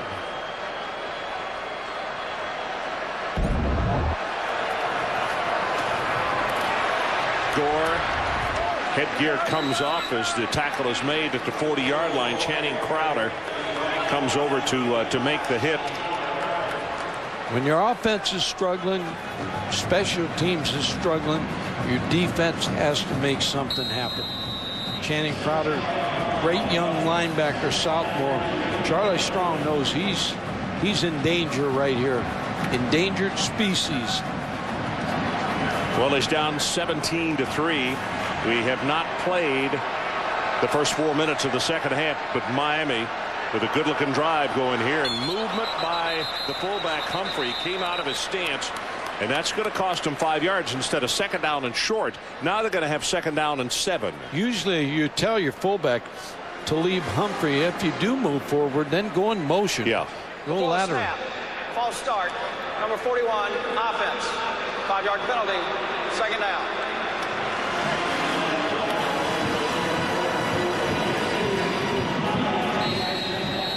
Players frustrated. They're not getting the signal in from the sideline. Ray McDonald putting his arms out, asking for the signal. Chris Leak on the headsets. It looked as though he was talking to anybody right now.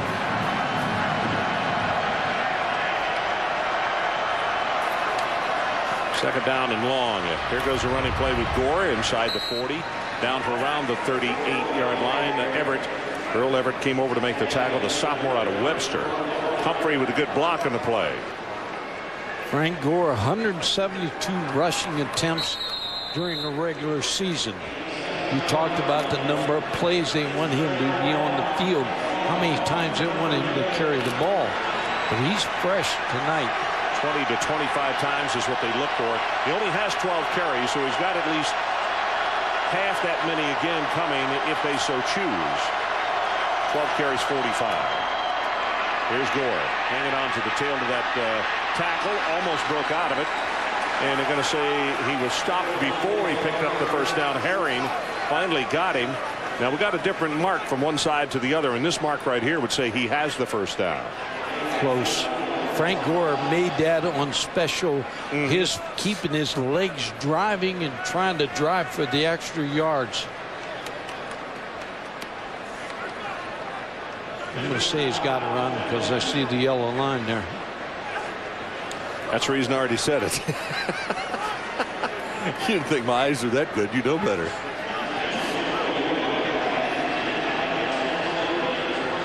They're going to stretch it out. Yep, he's got it. By the length of the football, it is first down Miami. Now the Gators got to step up. They certainly cannot allow a touchdown and can ill afford a field goal for that matter. Got to make something happen on the defensive side of the ball if they're going to stay in this one.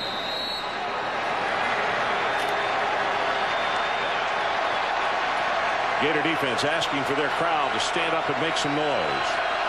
2 tight ends in the ball game for the Miami Hurricanes. Berlin looking for Gore down the sideline, and he couldn't catch it. Here comes the flag. Pass interference is going to be called against Travis Harris.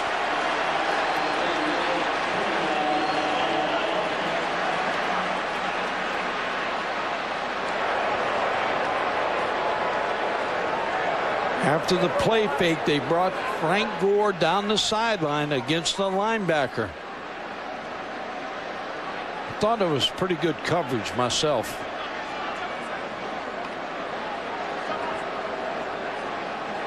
Pass interference. Number 27, defense. Not playing the ball. 15-yard penalty.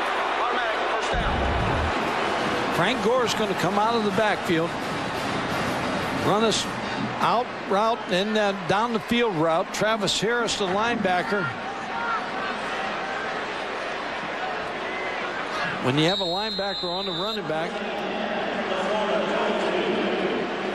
got his hands on him, but wow, close. So following the penalty, it moves the line of scrimmage down to the 22-yard line of Florida. New set of downs. It's Ortega in motion, number 15, straight ahead with the running play. Gore will have a couple, and then treated very rudely by Jeremy Mency, one of the first men to get there. And also Jarvis Herring. Jeremy Mincy, 9 tackles for losses this year. Junior college player that has made a difference in this defense. Florida defense in the third quarter been good. Mincy, one of those guys, was a linebacker. Has very good speed. And then he put him with his hand down, put him at defensive end because of his mobility. For the end zone, touchdown. Ryan Moore, 20 yards.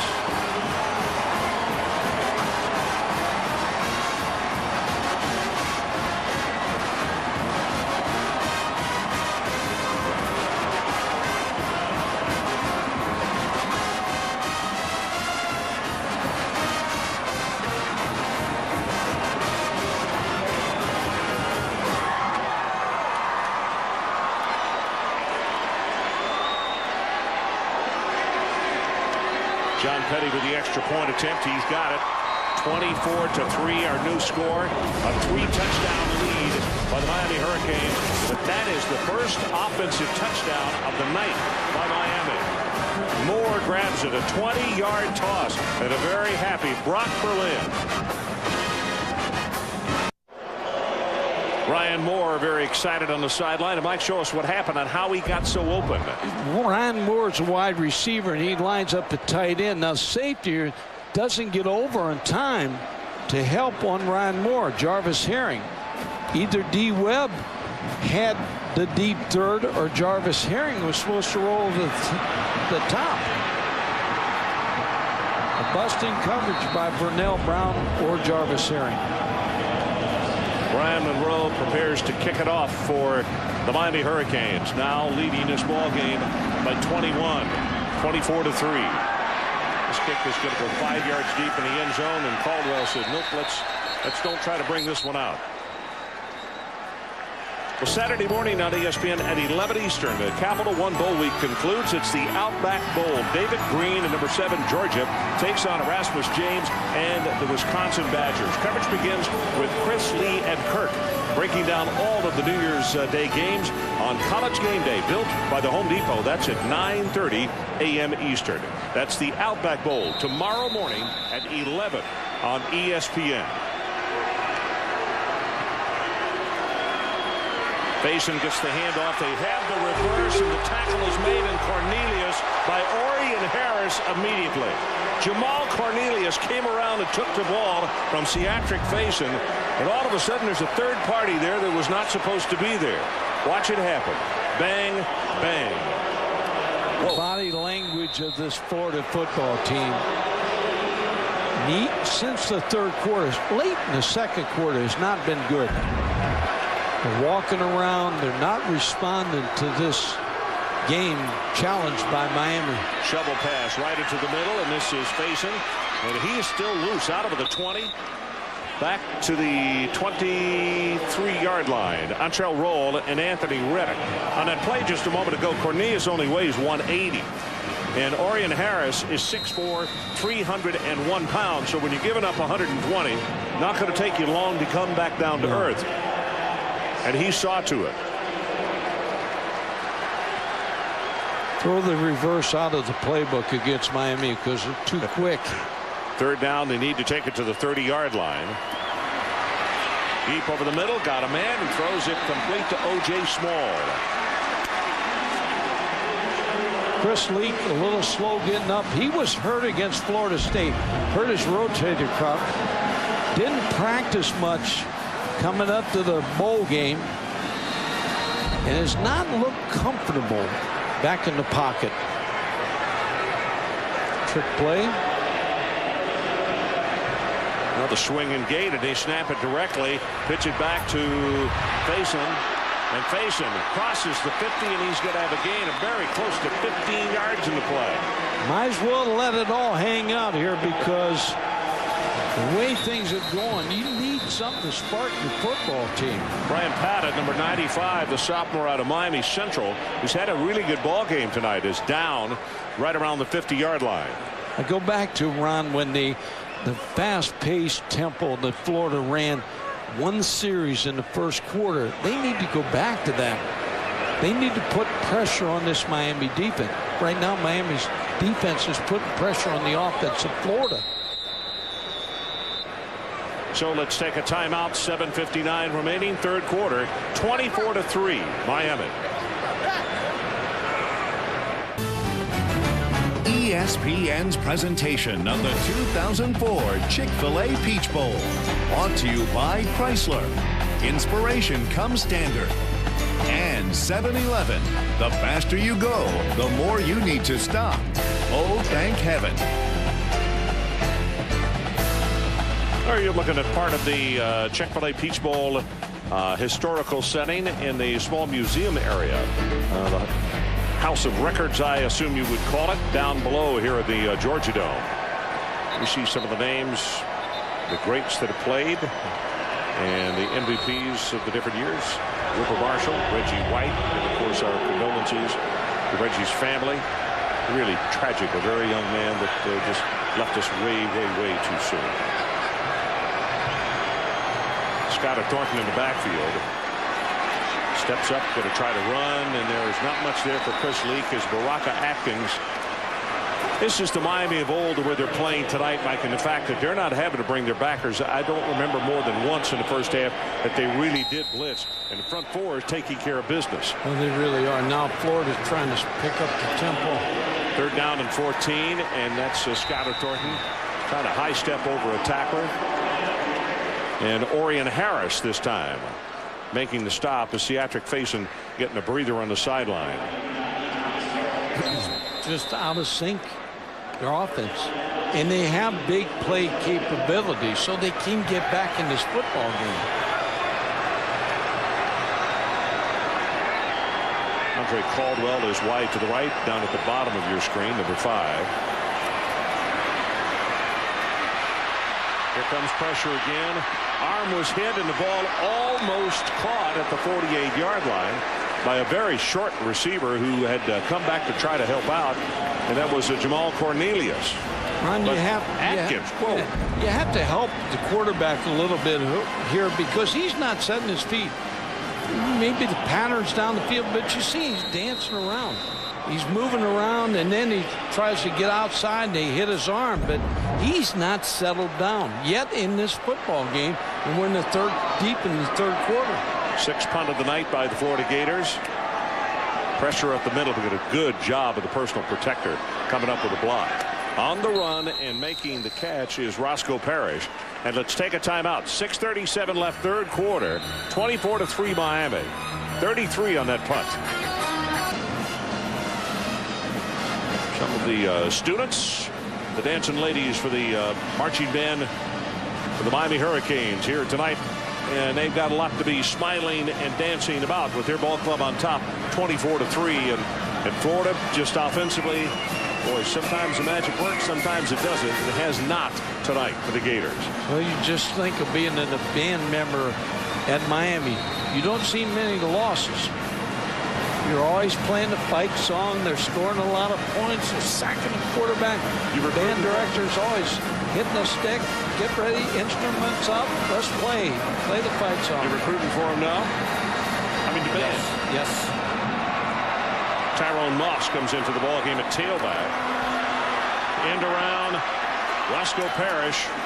And Roscoe's going to have about 8 yards in the play. Kyle Jackson defensively. Aaron Andrews, let's check back with you. Well, Rod, you and Mike were talking about it at the beginning of the show. It doesn't matter where these two teams play. It's always a big deal when Florida and Miami go up against each other. And I was talking to Miami head coach Larry Coker about this yesterday, particularly for this senior class, his senior class. He said this is a big deal. They have never lost to a Florida team. Against FSU, they've won all 5 times. Against Florida, they've won twice. And he looked at me yesterday and he said, Aaron, they're not going to lose tomorrow. Well, you know, Aaron, it's interesting. I talked to him before that, the walkthrough yesterday, and the interesting observation on his part, most people don't think about it this way, but when you're talking about two rivals getting together, Larry said, you know, hey, if you're playing another team from the Southeastern Conference or from somewhere else, there's a sting. You hate to lose. This one, if you lose it, you got to live with it all the way into August because your fans and your alumni do not let you forget it, and the players don't forget it because it is one of the arch rivals. Larry's never tasted defeat. Not against either one of these. What, 6 total losses in his tenure as the head coach down there. About to go into 5 minutes to play, third quarter. And here comes a running play off the left side with Tyrone Moss. And a big sophomore out of Pompano Beach, tackled by Ray McDonald. Larry Coker could schedule a dance after the game, because you're always going to be happy. You're always going to go to the dance. When the guys lose, they don't go to the dance. But Larry, he's got a mastery right now over these two teams. Well, the first 7 drives, you see what they did. The last drive, 67 yards, 7 points. And as we had mentioned, that was the first offensive touchdown of the night. 14 points coming from special teams. Play action by Berlin. Rolls the pocket, drills the ball, perfectly thrown, and he's going to get a very generous spot on this. Leggett is going to have the first down. Good misdirection, good play call by Miami's Larry Coker. Here's a kid they want to get the ball to more, and you can understand why. They think that Leggett, the 6'4" freshman out of Arlington, Texas, is really going to be something. He weighs only 174. Now they got to get him into the milkshake shop a little bit more or something. That will slow him down. You think so? Yes. Too many milkshakes will do that. Just let me know where you read it. I'll believe it. Whatever. Moss, left side, turns the corner. Look at the stiff arm. Almost picks up a first down as the tackle was applied finally right there in front of the first down marker. Moss is 5'10", 218, a sophomore, and look at this stiff arm right there on Ronaldo Hill.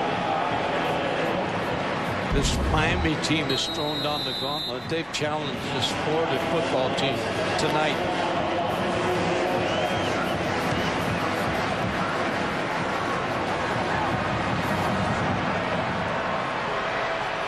Let's stay on the sky cam on this play. See exactly what it looks like directly from behind. Play action, pass over the middle. Got his man open. Inside the 25 is Buck Ortega, the tight end. Tackle made by Kyle Jackson. So that's a look at just above field level down below. And Brock Berlin against the defense. Little play action fake against 2 deep coverage, 2 safeties. Buck Ortega, the 3rd tight end, down the seam. The completion. And Florida is getting ready to open up the floodgates. Running play here. Good hit. He's going to be stopped. And when I say he, it's Tyrone Moss, hit by Stephen Harris. And Stephen actually drove him forward. I think he'll have forward progress just inside the 20-yard line. Think about Brock Berlin. We talked about, Aaron talked about him after the first win against Florida, that he was so happy after the game. He has really led this football team the second half. He's been a different quarterback. Has been 1 of 7 in the first half, 8 of 9 in the second half. 93 yards. It's 90 more than he threw for in the entire first half. Quick pass right over the middle, almost intercepted. It was thrown very hard and in and out of the hands of the receiver. Terrence Holmes was right there and missed a gift. Yeah, they have to be able to take advantage of those mistakes off the deflection of Jala. Wide open. That should have been a completion. Akeem Jala, sophomore out of New Orleans, another big target, 6'4", 190 pounds. St. Augustine High School. So it's 3rd down, and the line to make is the 14. You see Florida creeping up, and here they come in the blitz off the corner, and the ball is intercepted after it was tipped, and this time Terrence Holmes makes good on a tipped ball. Missed the first one, came back and got the second one. Could have been interference on Florida here. Maybe contact before the ball was there. Brock Berlin, let's watch it. Here's the rush on Brock Berlin. Man coverage in the secondary. That's a interference on Darnell Jenkins. They just ran through him. Actually, Jenkins tips the ball. Watch it right here. He's going to tip it, and what he does, and it came off the foot also of the defender, and that allowed the ball to be intercepted by D. Webb. Basin going to go for short yardage as he'll take it out across the 20. Most important thing to the Gators is they had the football back and gave up no points. Still alive. they can make a play on offense. There's a heartbeat, but barely. Time, we're about to hit 17 minutes left in this one.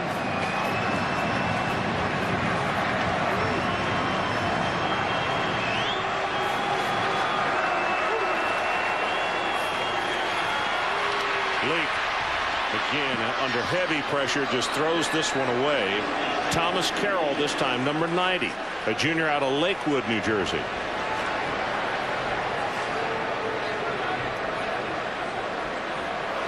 Devin Hester, he's such a good player, Ron. He tried to run off the field here. You see him running off the field, and then the coaches, they got him back on. They made him go back out there. He is too good to be on the sideline. Lake pulls up, throws, has the man open, and splits it with O.J. Small. O.J. Small shoved out of bounds at the 36. That's good for 15 yards, and that will move the chains for the Florida Gators. 1:42 left, third quarter.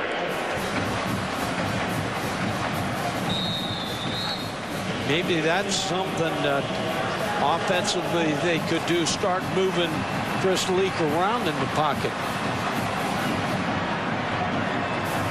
Ventrell Roll came a long way to come out and put up single coverage. They throw it the opposite direction and simply throw it away. Heavy pressure by Therese McCray, redshirt freshman out of Pompano Beach, Ely. Go back to again here in the third quarter when you fall back 24-3. Faison hasn't been a part of the offense here in the third quarter. Now Miami's defensive front, they're going to roar up the field and put pressure on Chris Leak. No threat of the running game.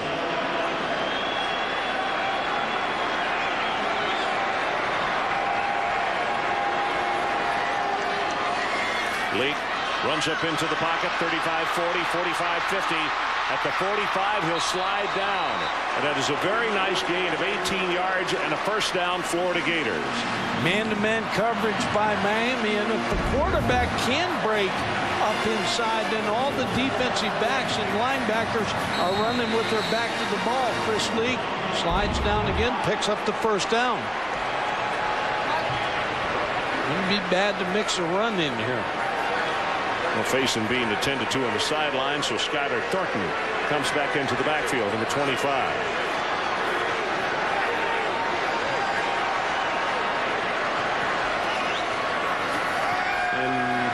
Going to throw it after the play action. Going to go deep, wide open.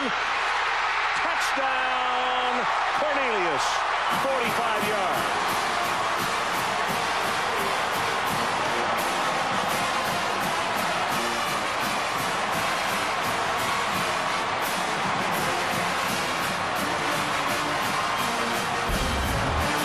Real time. Jamal Cornelius runs a post route against Kelly Jennings. And Chris Leak, best football he's thrown tonight. Yeah, there's no question about that. He took a hit to Chris Leak. Time of the drive, 1:43 following that tip pass that was intercepted by the Florida Gators by Terrence Holmes. Extra point attempt is up and good. And the fan agrees with the offensive coordinator. Good call, he says. 45 ticks left in the third quarter. And the new score, 24-10, Miami.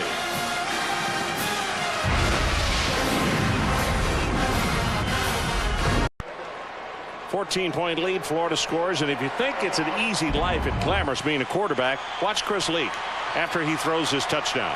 Good footwork by him. He took a hit. Watch from a different angle. Watch his headgear go flying off. Bam. You saw him coming off the field without his headgear. That's no penalty when it gets knocked off of you. I think they were still trying to find out if he knew he was in Fulton County or where. Maybe DeKalb. Nant is the man who hit him. He did a nice job of the ball handling there, and then feet, and then following through on the pass. Yep, he really did. Yvonne Nant was all over him. This kick is going to go 5 yards deep and will not be returned by Hester. Tomorrow on ESPN, ring in the new year. as two of the nation's top basketball programs battle it out. Jarrett Jack, B.J. Elder, number 9, Georgia Tech Yellow Jackets face Keith Langford at the number 2 Kansas Jayhawks. That's college basketball at ESPN Saturday, 2:30 tomorrow afternoon. Offense for Florida woke up. Now the defense must get a stop.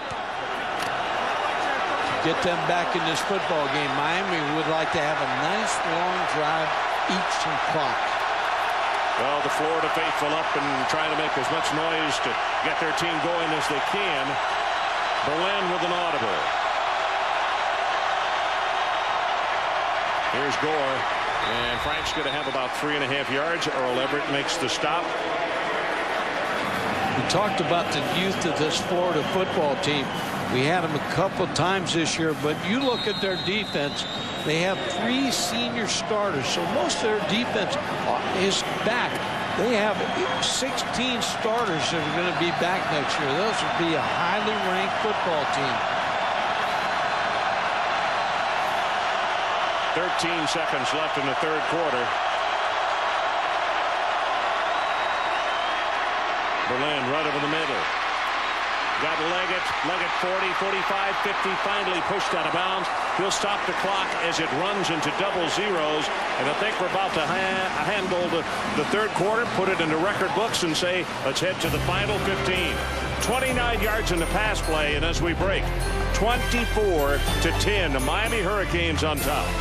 We'll be right back.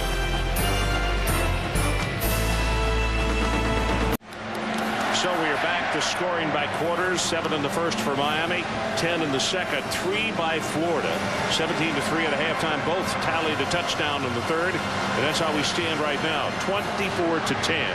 The Miami Hurricanes leading this ball game. On the last play, Dan Warner, the offensive coordinator of Miami, that's the way you help your quarterback. That little easy shallow cross throw. And that was a good play call that helped Brock Berlin get the ball out quickly so you can't rush him and you get the pass play, big completion. It helps the confidence of your offense. Sometimes you got to help your quarterback along the way. Here comes Brock Berlin back out. And again, he'll have number 3, Frank Gore, the tailback behind him. Frank is about at an 8-yard drop right here. And they'll hand it to him. Cuts it right back up the middle and is going to have about 5 on the carry. Ray McDonald, one of the first men to get over there and make contact with him. Ron Franklin, Mike Gottfried, and Aaron Andrews coming to you from the Chick-fil-A Peach Bowl, the ACC against the SEC for 2004 here at the Georgia Dome. And in our ball game tonight, it has been all Miami, 24-10. 24, or I should say 14 of their 24 points have come off special teams. One on a 79-yard blocked field goal return by Hester. And then Roscoe Parrish with 73 yards with a punt return. 14 of their 24 points. On second down, Gore head of steam right up the middle, going to have the first down. That's a good tough run right there. It takes it down to the 35. McDonald and Harris combining on the stop. Powerful running back in the offensive line of Miami. Talk about Joel Rodriguez, the center. He sets it all up. Chris Myers, Morris, Tella, and Butler. Pretty good offensive line. Morris had seniors in that offensive line. Morris had a good block on that play, as you mentioned him, along with his compadres up front. And Morris only a redshirt freshman out of Fort Myers, but a huge one at 6'5", 325. Berlin drills it complete. And it's Roscoe Parrish who comes back and does a nice job, a gain of about 12, and it'll move the chains again. This is a very good-looking, deliberate drive by the Miami Hurricanes. Vernell Brown really is playing off Roscoe Parrish. Not even in the same area there. That's the speed of Roscoe Parrish. That'll take care of you.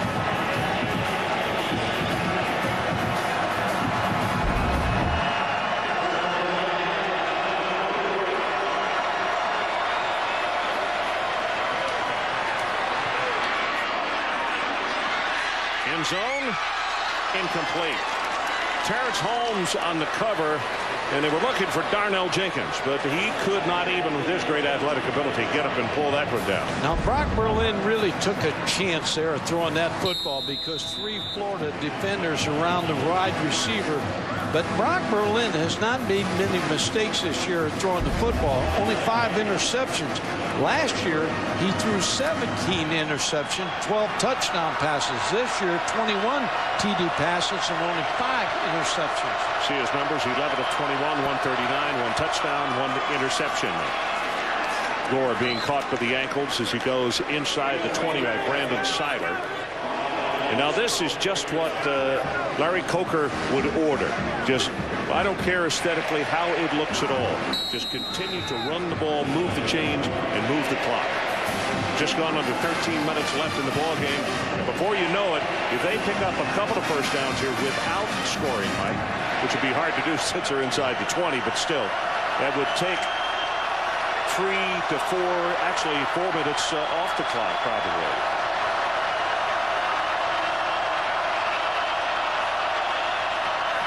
Blitz coming off the corner, gets it away quickly, little screen, and that's out to Sonoris Moss. And Moss is going to be tackled. They'll spot him down at the 15, short of the first down. Seiler again making the tackle. I'm really impressed with Brandon Seiler. The quickness that he closed that quick screen on. 6'2", 230. He made that play to stop that first down. So a field goal attempt upcoming by John Petty, the sophomore from Clearwater. Good and a 47-yarder. This one is going to be a 32 yards near hash mark, and he splits it. That's a perfect kick right down the middle. So let's take a break. 11:52 left in the ball game. New score, 27-10 Miami. So 27-10 our score. Some fans are still with it. Others have just given up, it appears. You know, right now I want to recognize one of our leaders of the technical staff. Actually, our lead video operator, Cliff Davis, is about to retire after 10 years on this crew and going to go and help strengthen public broadcasting in Los Angeles. And Cliff, this is just a small token of football that has been autographed by everybody on this crew, saying thanks to you and everything that you've done, and also for that smile that always exists, which we will miss a great deal. But we wish you the very best, and happy sailing, my friend. Happy 2005 and many more to come. Cliff Davis.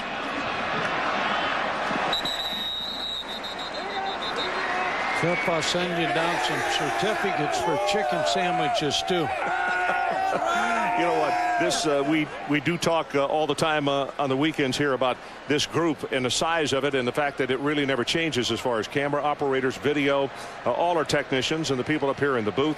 It is a family, a very happy family. We know when good times are there. We know when bad times are there. And at this point, we can't list them all, but we simply want to say we've mentioned on the air that this crew is the best, and folks, it is the best. Regardless of what kind of production you want to put together, these guys and gals are as good as there is in the industry. We say to all of you, not only Happy New Year, but thank you for a great season. We look forward to 2005. The schedule will get even better. We know that. And it's always better when we reunite with all of you guys and ladies. Thank you. Pitchback comes in the run, and it's going to be maybe a gain of a yard, and that's about it. Facing on the carry. Difficult yard right there as Miami's just teeing off, and they seem to know again exactly what's going to transpire and where Florida is going. We've seen 2 interim situations. Notre Dame went down in the game against Oregon State. It looks like Florida, unless they get a rally going here, that's a tough position to be in as coach.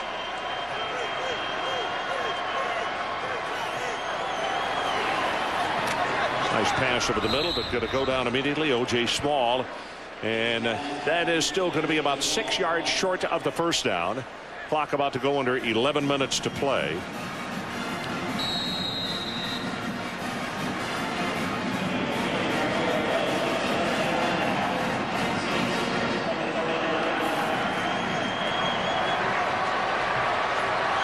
Third down, 45-yard line is where they need to take it. Near sideline. Caught. Did he catch it in bounds? No. Could not keep a foot in. Dallas Baker.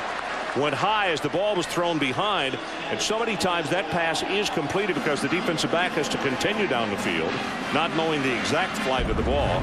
But Baker simply couldn't catch it and come down with a foot inside. See, he tried really hard. So it'll be a punting time. Wilbur again to kick it away. And it looks like Roscoe Parrish again is the deep man. Already has a 73-yarder to his credit tonight. Returned for a touchdown. High, good coverage kick. This one's going to be difficult to return. Calls for the fair catch. It is so high. And let's take a timeout. 38 yards on the boot and nothing on the return. 17-point Miami lead. So we're back 27-10. Look at the sign right there. A Santa Claus with a beak. Well, I mean, that's the itis has turned Santa Claus here tonight, and he's right. Sports Center is next. Fred Hickman will be on. Glad to have him on the team. Yeah, Fred, what a nice job he does, and glad to have him over at ESPN.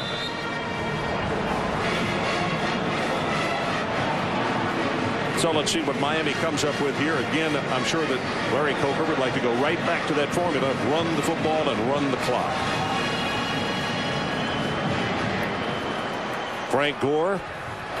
Well, they closed that up quickly. Holmes on the tackle. Aaron Andrews, what do you have for us? Well, Ron, right before this Miami offense took the field, Brock Berlin walking up and down the sidelines, talking to his offensive linemen, saying, let's go, let's wrap things up. And, you know, Brock has endured a lot of adversity throughout his career here at Miami, and he says something that's helped him out is advice his head coach Larry Coker has told him. It's about forgetting things and moving on. He's been booed at the Orange Bowl. He's had his ups and downs. He says he doesn't know how he'll be remembered at Miami, but he claims he wouldn't trade it for anything, and he's proud he's kept fighting. And I'll tell you what, his head coach Larry Coker said he's proud Brock has fought his way through this as well.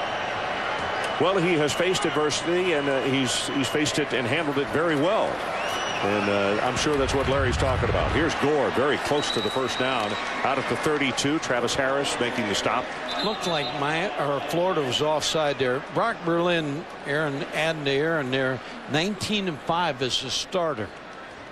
Started his career at Florida, transferred.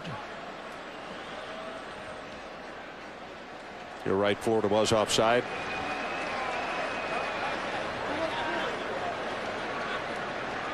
Tell you how he'll be remembered as a guy that beat Florida in Florida State. That's how he's going to be remembered. Yeah, those folks down there don't forget that real quickly. They don't forget it in a hurry. Not when you beat those two clubs. It's amazing, though, the mastery that Miami has had over both of those teams in recent years. They played to the challenge. Also, I kind of get a giggle out of people talking about, well, I heard some people on the radio talk show this week talking about, well, the dynasty at Miami, you know, things are kind of going in the wrong direction. I thought, good heavens. Take the guys back that left early to go to the draft the last 2 years, and they probably would have been in the national championship game. So, you know, I mean, they just, and they're going to continue to just reload. That's going to happen. They got a good class coming in, a great bunch of red shirts that didn't play this year. And as you mentioned on defense, as far as the injuries right now, there are very few people on the defense that even have SR by their name. Yeah, and Larry Coker, look at what you were talking about. 42 first rounders since '83. You take that to Florida, 26, 25 by Ohio State. Nebraska had 15. So that tells you a little bit about their recruiting. And plus the fact so many of those quality guys come from right there in the Miami area. That play is not going to go for very much at all. In fact, it's going to be a loss of a couple as a Marcus Thomas comes in to mess up the play. Something I like about the Canes, their older players stay in touch with the program. Bernie Kosar, I think you have Mike Orb, those guys, they stay in touch with this football team. They have a lot of pride in their program. Fourth punt by Monroe tonight. His longest 43. You see his average. And Vernell Brown is the deep man for the Florida Gators. We have about to hit 8 minutes left in our ball game. The left footer. Driving spirals, going to hit at the 30. Brown ran away from it. It's going to cost him another 9 yards. All the mistakes in the special teams tonight for Florida. So let's take a timeout. Still a 17-point lead for the Canes. 7:51 remaining. ESPN's presentation of the 2004 Chick-fil-A Peach Bowl. Brought to you by Chick-fil-A. We didn't invent the chicken, just the chicken sandwich. And the next Ford Super Duty. Tougher, stronger, smarter. What you're looking at underneath these billboards, more than 2,000 high school students who participated in the halftime show here at the Georgia Dome. And our salute to them is outstanding performance as usual. And part of the show that we got to see here at halftime.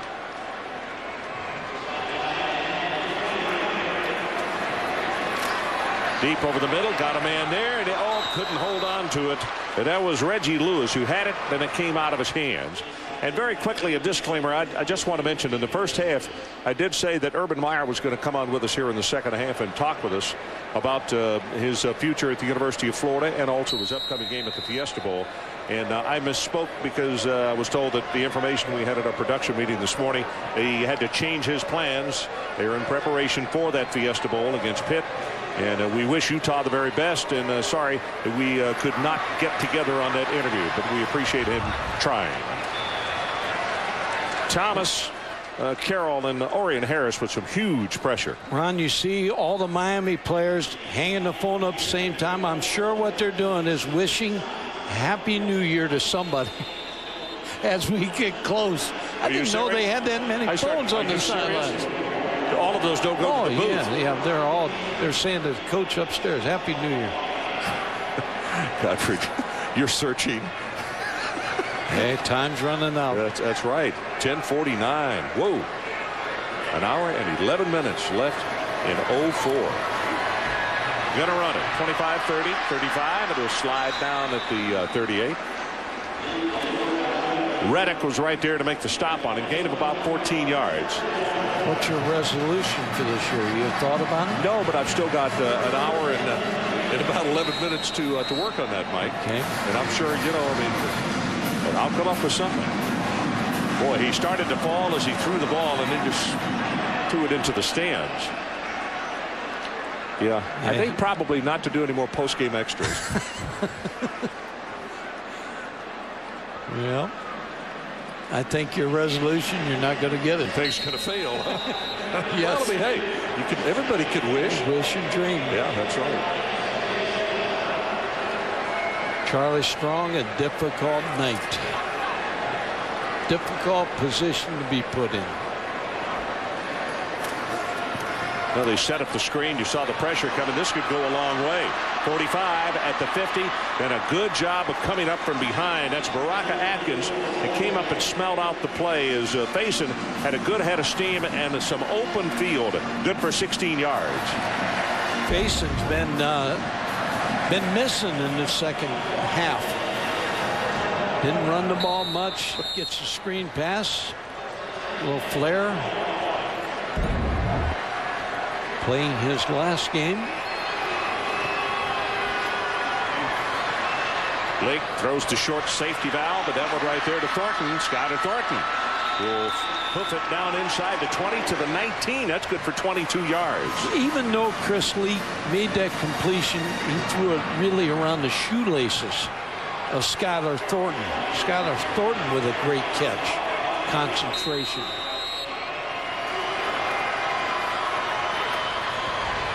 Thornton on the running play hit immediately then by Leon Williams. Florida needs to get back in the huddle or get to the line of scrimmage. Their offensive linemen are dragging. That short pass that you're talking about right there. Matt Liner to Southern Cal may throw the nicest short ball as far as getting it to the back or to the wide receiver.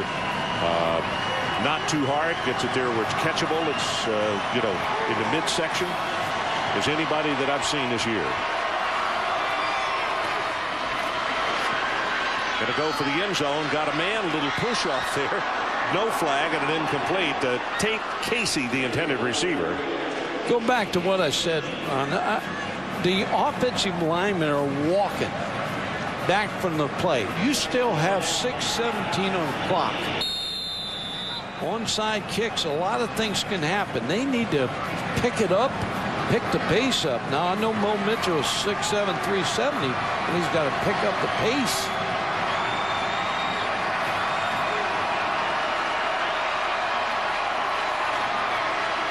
Well, they set a screen to the near side, and this one is lofted up there. I guess he made up his mind just to throw it away, but anyway. Glenn Cook was putting pressure on Faison. Stops the clock at the 6:12 mark.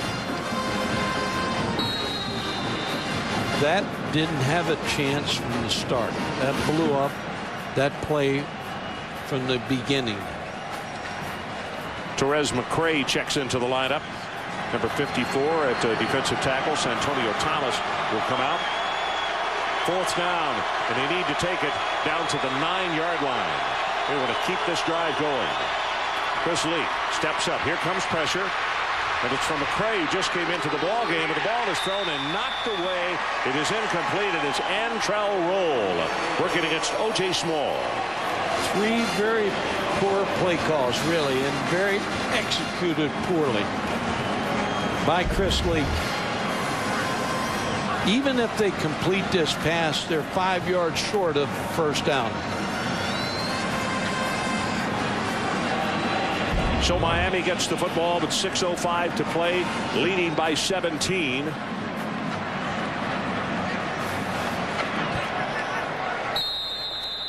Brandon Seaball, who is the offensive tackle we told you about, is wearing 86 tonight.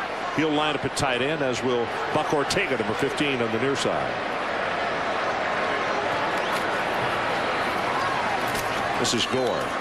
Turns the corner, 20, and is knocked down hard at the 23. Let's do some report cards here. First of all, tonight, Brock Berlin got off to a good start in the second half. In the first half, a little slow. Did the wide receivers have a big impact? They played very well. Antrell Roll, his final game, he played well, blanketed the receivers of Florida. Did the defense have big plays? That front 4 won this football game. Boy, I agree with you. They didn't have to do much at all with their linebackers. They got it done with the front 4. And as we said a moment ago, as coming in was McCray came off fresh, applied pressure on the play, and the pass thrown incomplete. Well, the ball is loose at the 22. Looks like Berlin recovered his own fumbled snap.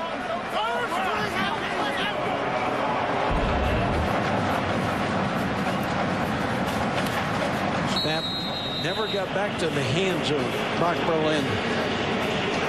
When you see the danger, when you get down trying to recover that thing, that guard is right there being shoved back. You can get stepped on by him or any number of people. Not a real comfort zone right there to have to recover a fumble. That's why you don't fumble. I never did. I was the center, though. See, I'd left. I'd vacated when that quarterback was getting stepped on. Play action. Far sideline. Got it complete. Gambled, and Roscoe Parrish made the catch, and he's going to pick up another 20 yards in the play as Everett finally made the stop. Brock Berlin again with another good pass. Coverage pretty good by D. Webb. But he gambled, and it cost better, him. yes. Yeah.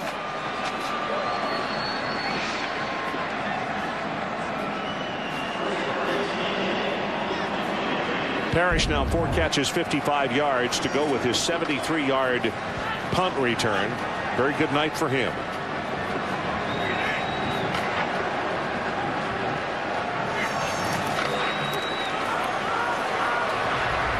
Gore slides down. And up next at Sports Center, Scott Van Pelt and Fred Hickman. College football upset eve.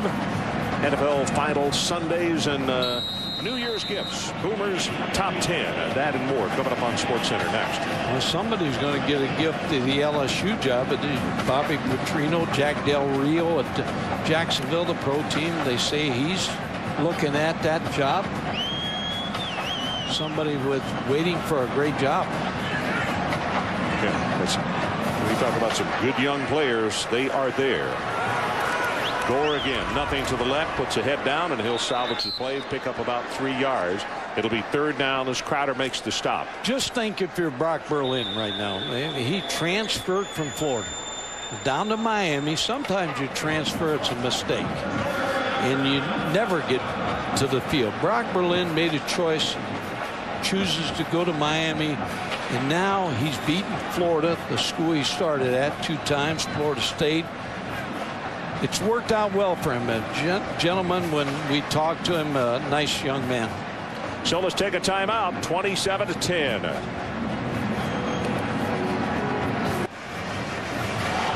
Well, Faison, and his expression right there in the body language speaks volumes. 27-10. His ball club is down. Sports Center coming up next, immediately following this ball game.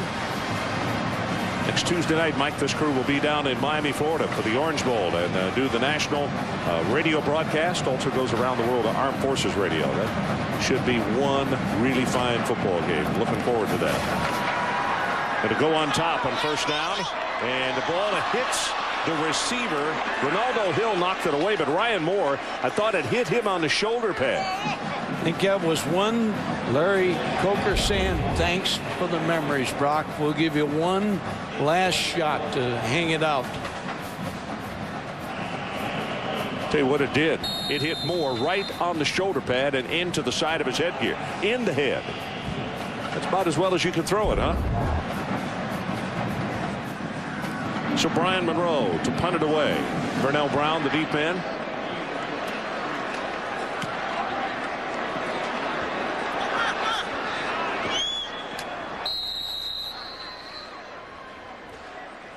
So tonight's players of the game, and this is brought to you by Capital One. The Miami special teams, 1 touchdown, 1 block kick, and actually 2 touchdowns, because 1 was a punt return, that block kick was returned. 220 yards in return. And the Miami defensive line, 14 hurries and 5 sacks. Those guys were magnificent tonight. So both are our special players of the game tonight. And they can fight over the trophy. And one of those defensive linemen will win it. I started to say that's a little unfair of your Devin Hester or Roscoe Parrish.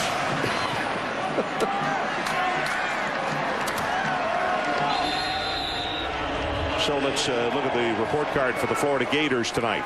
My last report card of the year. Did the offensive line win the trenches? No. Balance between Leak and Faison? No. Did they take away Gore? No. Did they kick to Hester? Yeah, but they let him block the blocked field goal, and he ran it back. So Hester still made it pay. Good Leak with the run here. And he's going to have a 1st down out at the 48. Merriweather will make the tackle. Back to the Orange Bowl one more time, Mike. The way that thing is beginning to shape up, and you look at all the All-Americans, either Heisman Trophy winners or people that were just nominated for the Heisman, that are going to be on the field next week down there. That thing shapes up as being as good a matchup as we will have seen in some time. Don't you agree? Yes, I do agree, but I also am going to say this. BCS does some good things, but Auburn not being able to play for the championship is not good. Well, I agree with you. And I like that Auburn football team. They've been unselfish. They have a great football team. I do too. And I hope Tom Tuberville is taking a lesson from what happened last night to Cal. If you sit around with too much poor me, those other folks give scholarships too, and you can wind up getting thumped. And that's not the way they want to end the year. Well, this one just thrown away. It'll stop the clock at 2:10. And you remember the opponent for Auburn is Virginia Tech, Frank Beamer, Bud Foster and his group. They played USC very close in that first game. They were a young football team. Frank took that game on, said it was a year too soon, but they played them head-to-head for a long time. Mike, they beat this Miami team in the Orange Bowl, and the score I thought was worse. The beating was worse than what the score showed. They're on a real up right now. About to go into 2 minutes to play. They're going to run this one. 30, 25 down to the 20, and he'll slide free. And Ron, Virginia Tech has everything to gain in this football game. Auburn trying to complete an undefeated season. Yeah. And I want to say this about Boise and Louisville today. Pretty good football game. Boise showed they can play with anybody. That's Boise football team. I was really impressed when we had them on TV. Yep. That's that football game today did not disappoint anybody. Pass caught at the 10-yard line, and he'll be shoved out of bounds, and it's Eric Rutledge, a junior wide receiver out of Melbourne, Florida, who just come into the lineup. It'll be a 1st and goal for the Florida Gators, stopping the clock at 1 minute and 40 seconds. A lot of good coaching performances this year. You talked about Tommy Tuberville. Dan Hawkins, Boise. Oh, Dan Hawkins, yeah. A great job. And I like the fact he's staying there. And he fits Boise. People love him. Glad he's staying. They open with Georgia next year. They got all their guys back. And a great job at Navy also, Mike. Yes, Paul Johnson. He was super. Won the Bobby Dodd National Coach of the Year award. Lake just throws this one away to get out. Oh, no, that thing may have been intercepted. He tried to throw it away. Did he keep his feet in bounds? Not been given a signal of no catch. They have just said the ball is going to come back out to the 20-yard line, and it's Kelly Jennings. Look what a job. He was trying to throw that ball away, and Jennings planted his toes and made the interception. Ron, that kind of signifies the whole evening for Chris Leak. Watch a wide receiver over in the middle here, open. As this ball comes back, snap back, look right here. And Chris Leak trying to throw the ball out of bounds, but doesn't get enough mustard on it and gets picked off. So he's a young quarterback, though. He's got only a sophomore. He's going to have a great career.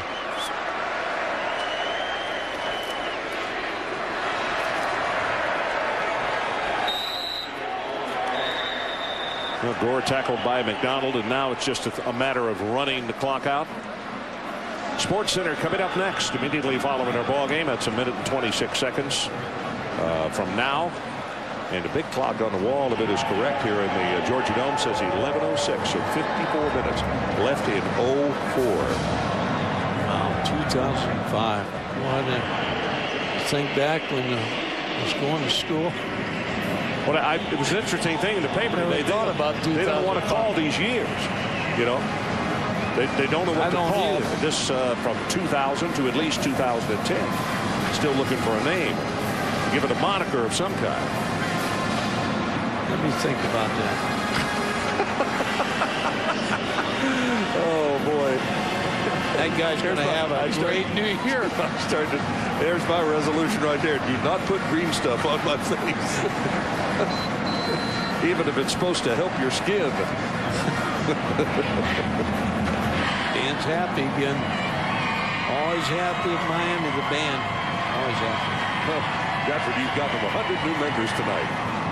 They have a horn section next year. Need some new instruments, too. So the alumni got to start paying more money. Charlie Jones into the backfield, number 34. It's Ortega in motion. They give it to Charlie Jones. Left side. Charlie's going to take it 25 out close to the 30. That's a run of very nearly 10 yards in the play. Channing Crowder on the stop for Florida. Very difficult. We talked about it from the start. Charlie Strong put in a very tough position. Almost impossible to keep the focus to this football team. Well, here they are starting to make their move with the iced beverage. You see it at Miami, they don't call it Gatorade. They call it iced beverage. About this time, see Larry, all of a sudden, that old expression, you got to have your head on a swivel. He's got his on a swivel because he knows that there are some pranksters back there who want to get it. Yeah, this is what always happens. A big guy comes up and locks you up, but the other guy's a little late in getting here. He's being hugged now, and here's the water, and they got him. That's a pretty good grade. On a scale of 1 to 10, that's at least an 8.5. Problem is Kareem Brown got wet, too. Go straight ahead with the quarterback sneak, and that'll be a first down. Yeah, the guys would slow at getting there, you know. Kareem had them all set up, but he got wet. Couldn't get away. No, he couldn't dare get away. He's 300 pounds. He can't move that fast. Now the hugs and the genuine feeling for those players that coaches have, and vice versa. Don't think that won't help Miami in recruiting, too. This win, anytime you can beat your rival, in-state rival, adds to recruiting. And now Miami will take a knee as the clock runs down to 45 seconds. Brock Berlin will go down. And this one about in the record books. Let's take one more look. A replay of Larry getting doused right here. And you see the player. He knows now he's caught. Can't get away. Oh, that was a good photo op. And all those camera guys were right there. 21 seconds, 20 down to 19. It'll be a big victory for the Miami Hurricanes, and they will continue their dominance over the other two schools in the state of Florida. Takes the knee, Berlin with 2 fingers high in the air, and it's going to be a 27-10 victory by the Miami Hurricanes. As Larry Coker goes sprinting to the middle of the field to shake hands with and a hug for Charlie Strong. So the final score, Miami 27 and Florida 10. Coming up next on ESPN and Sports Center. Now for more, log on to ESPN.com, your home for college football on the internet. And now for Mike Gottfried, Aaron Andrews, and our entire crew, I'm Ron Franklin. This has been a presentation of ESPN, the worldwide leader in sports. Folks, we say Happy New Year for the year 2005 upcoming, and good night from Atlanta, Georgia, at the Georgia Dome. So long, everybody.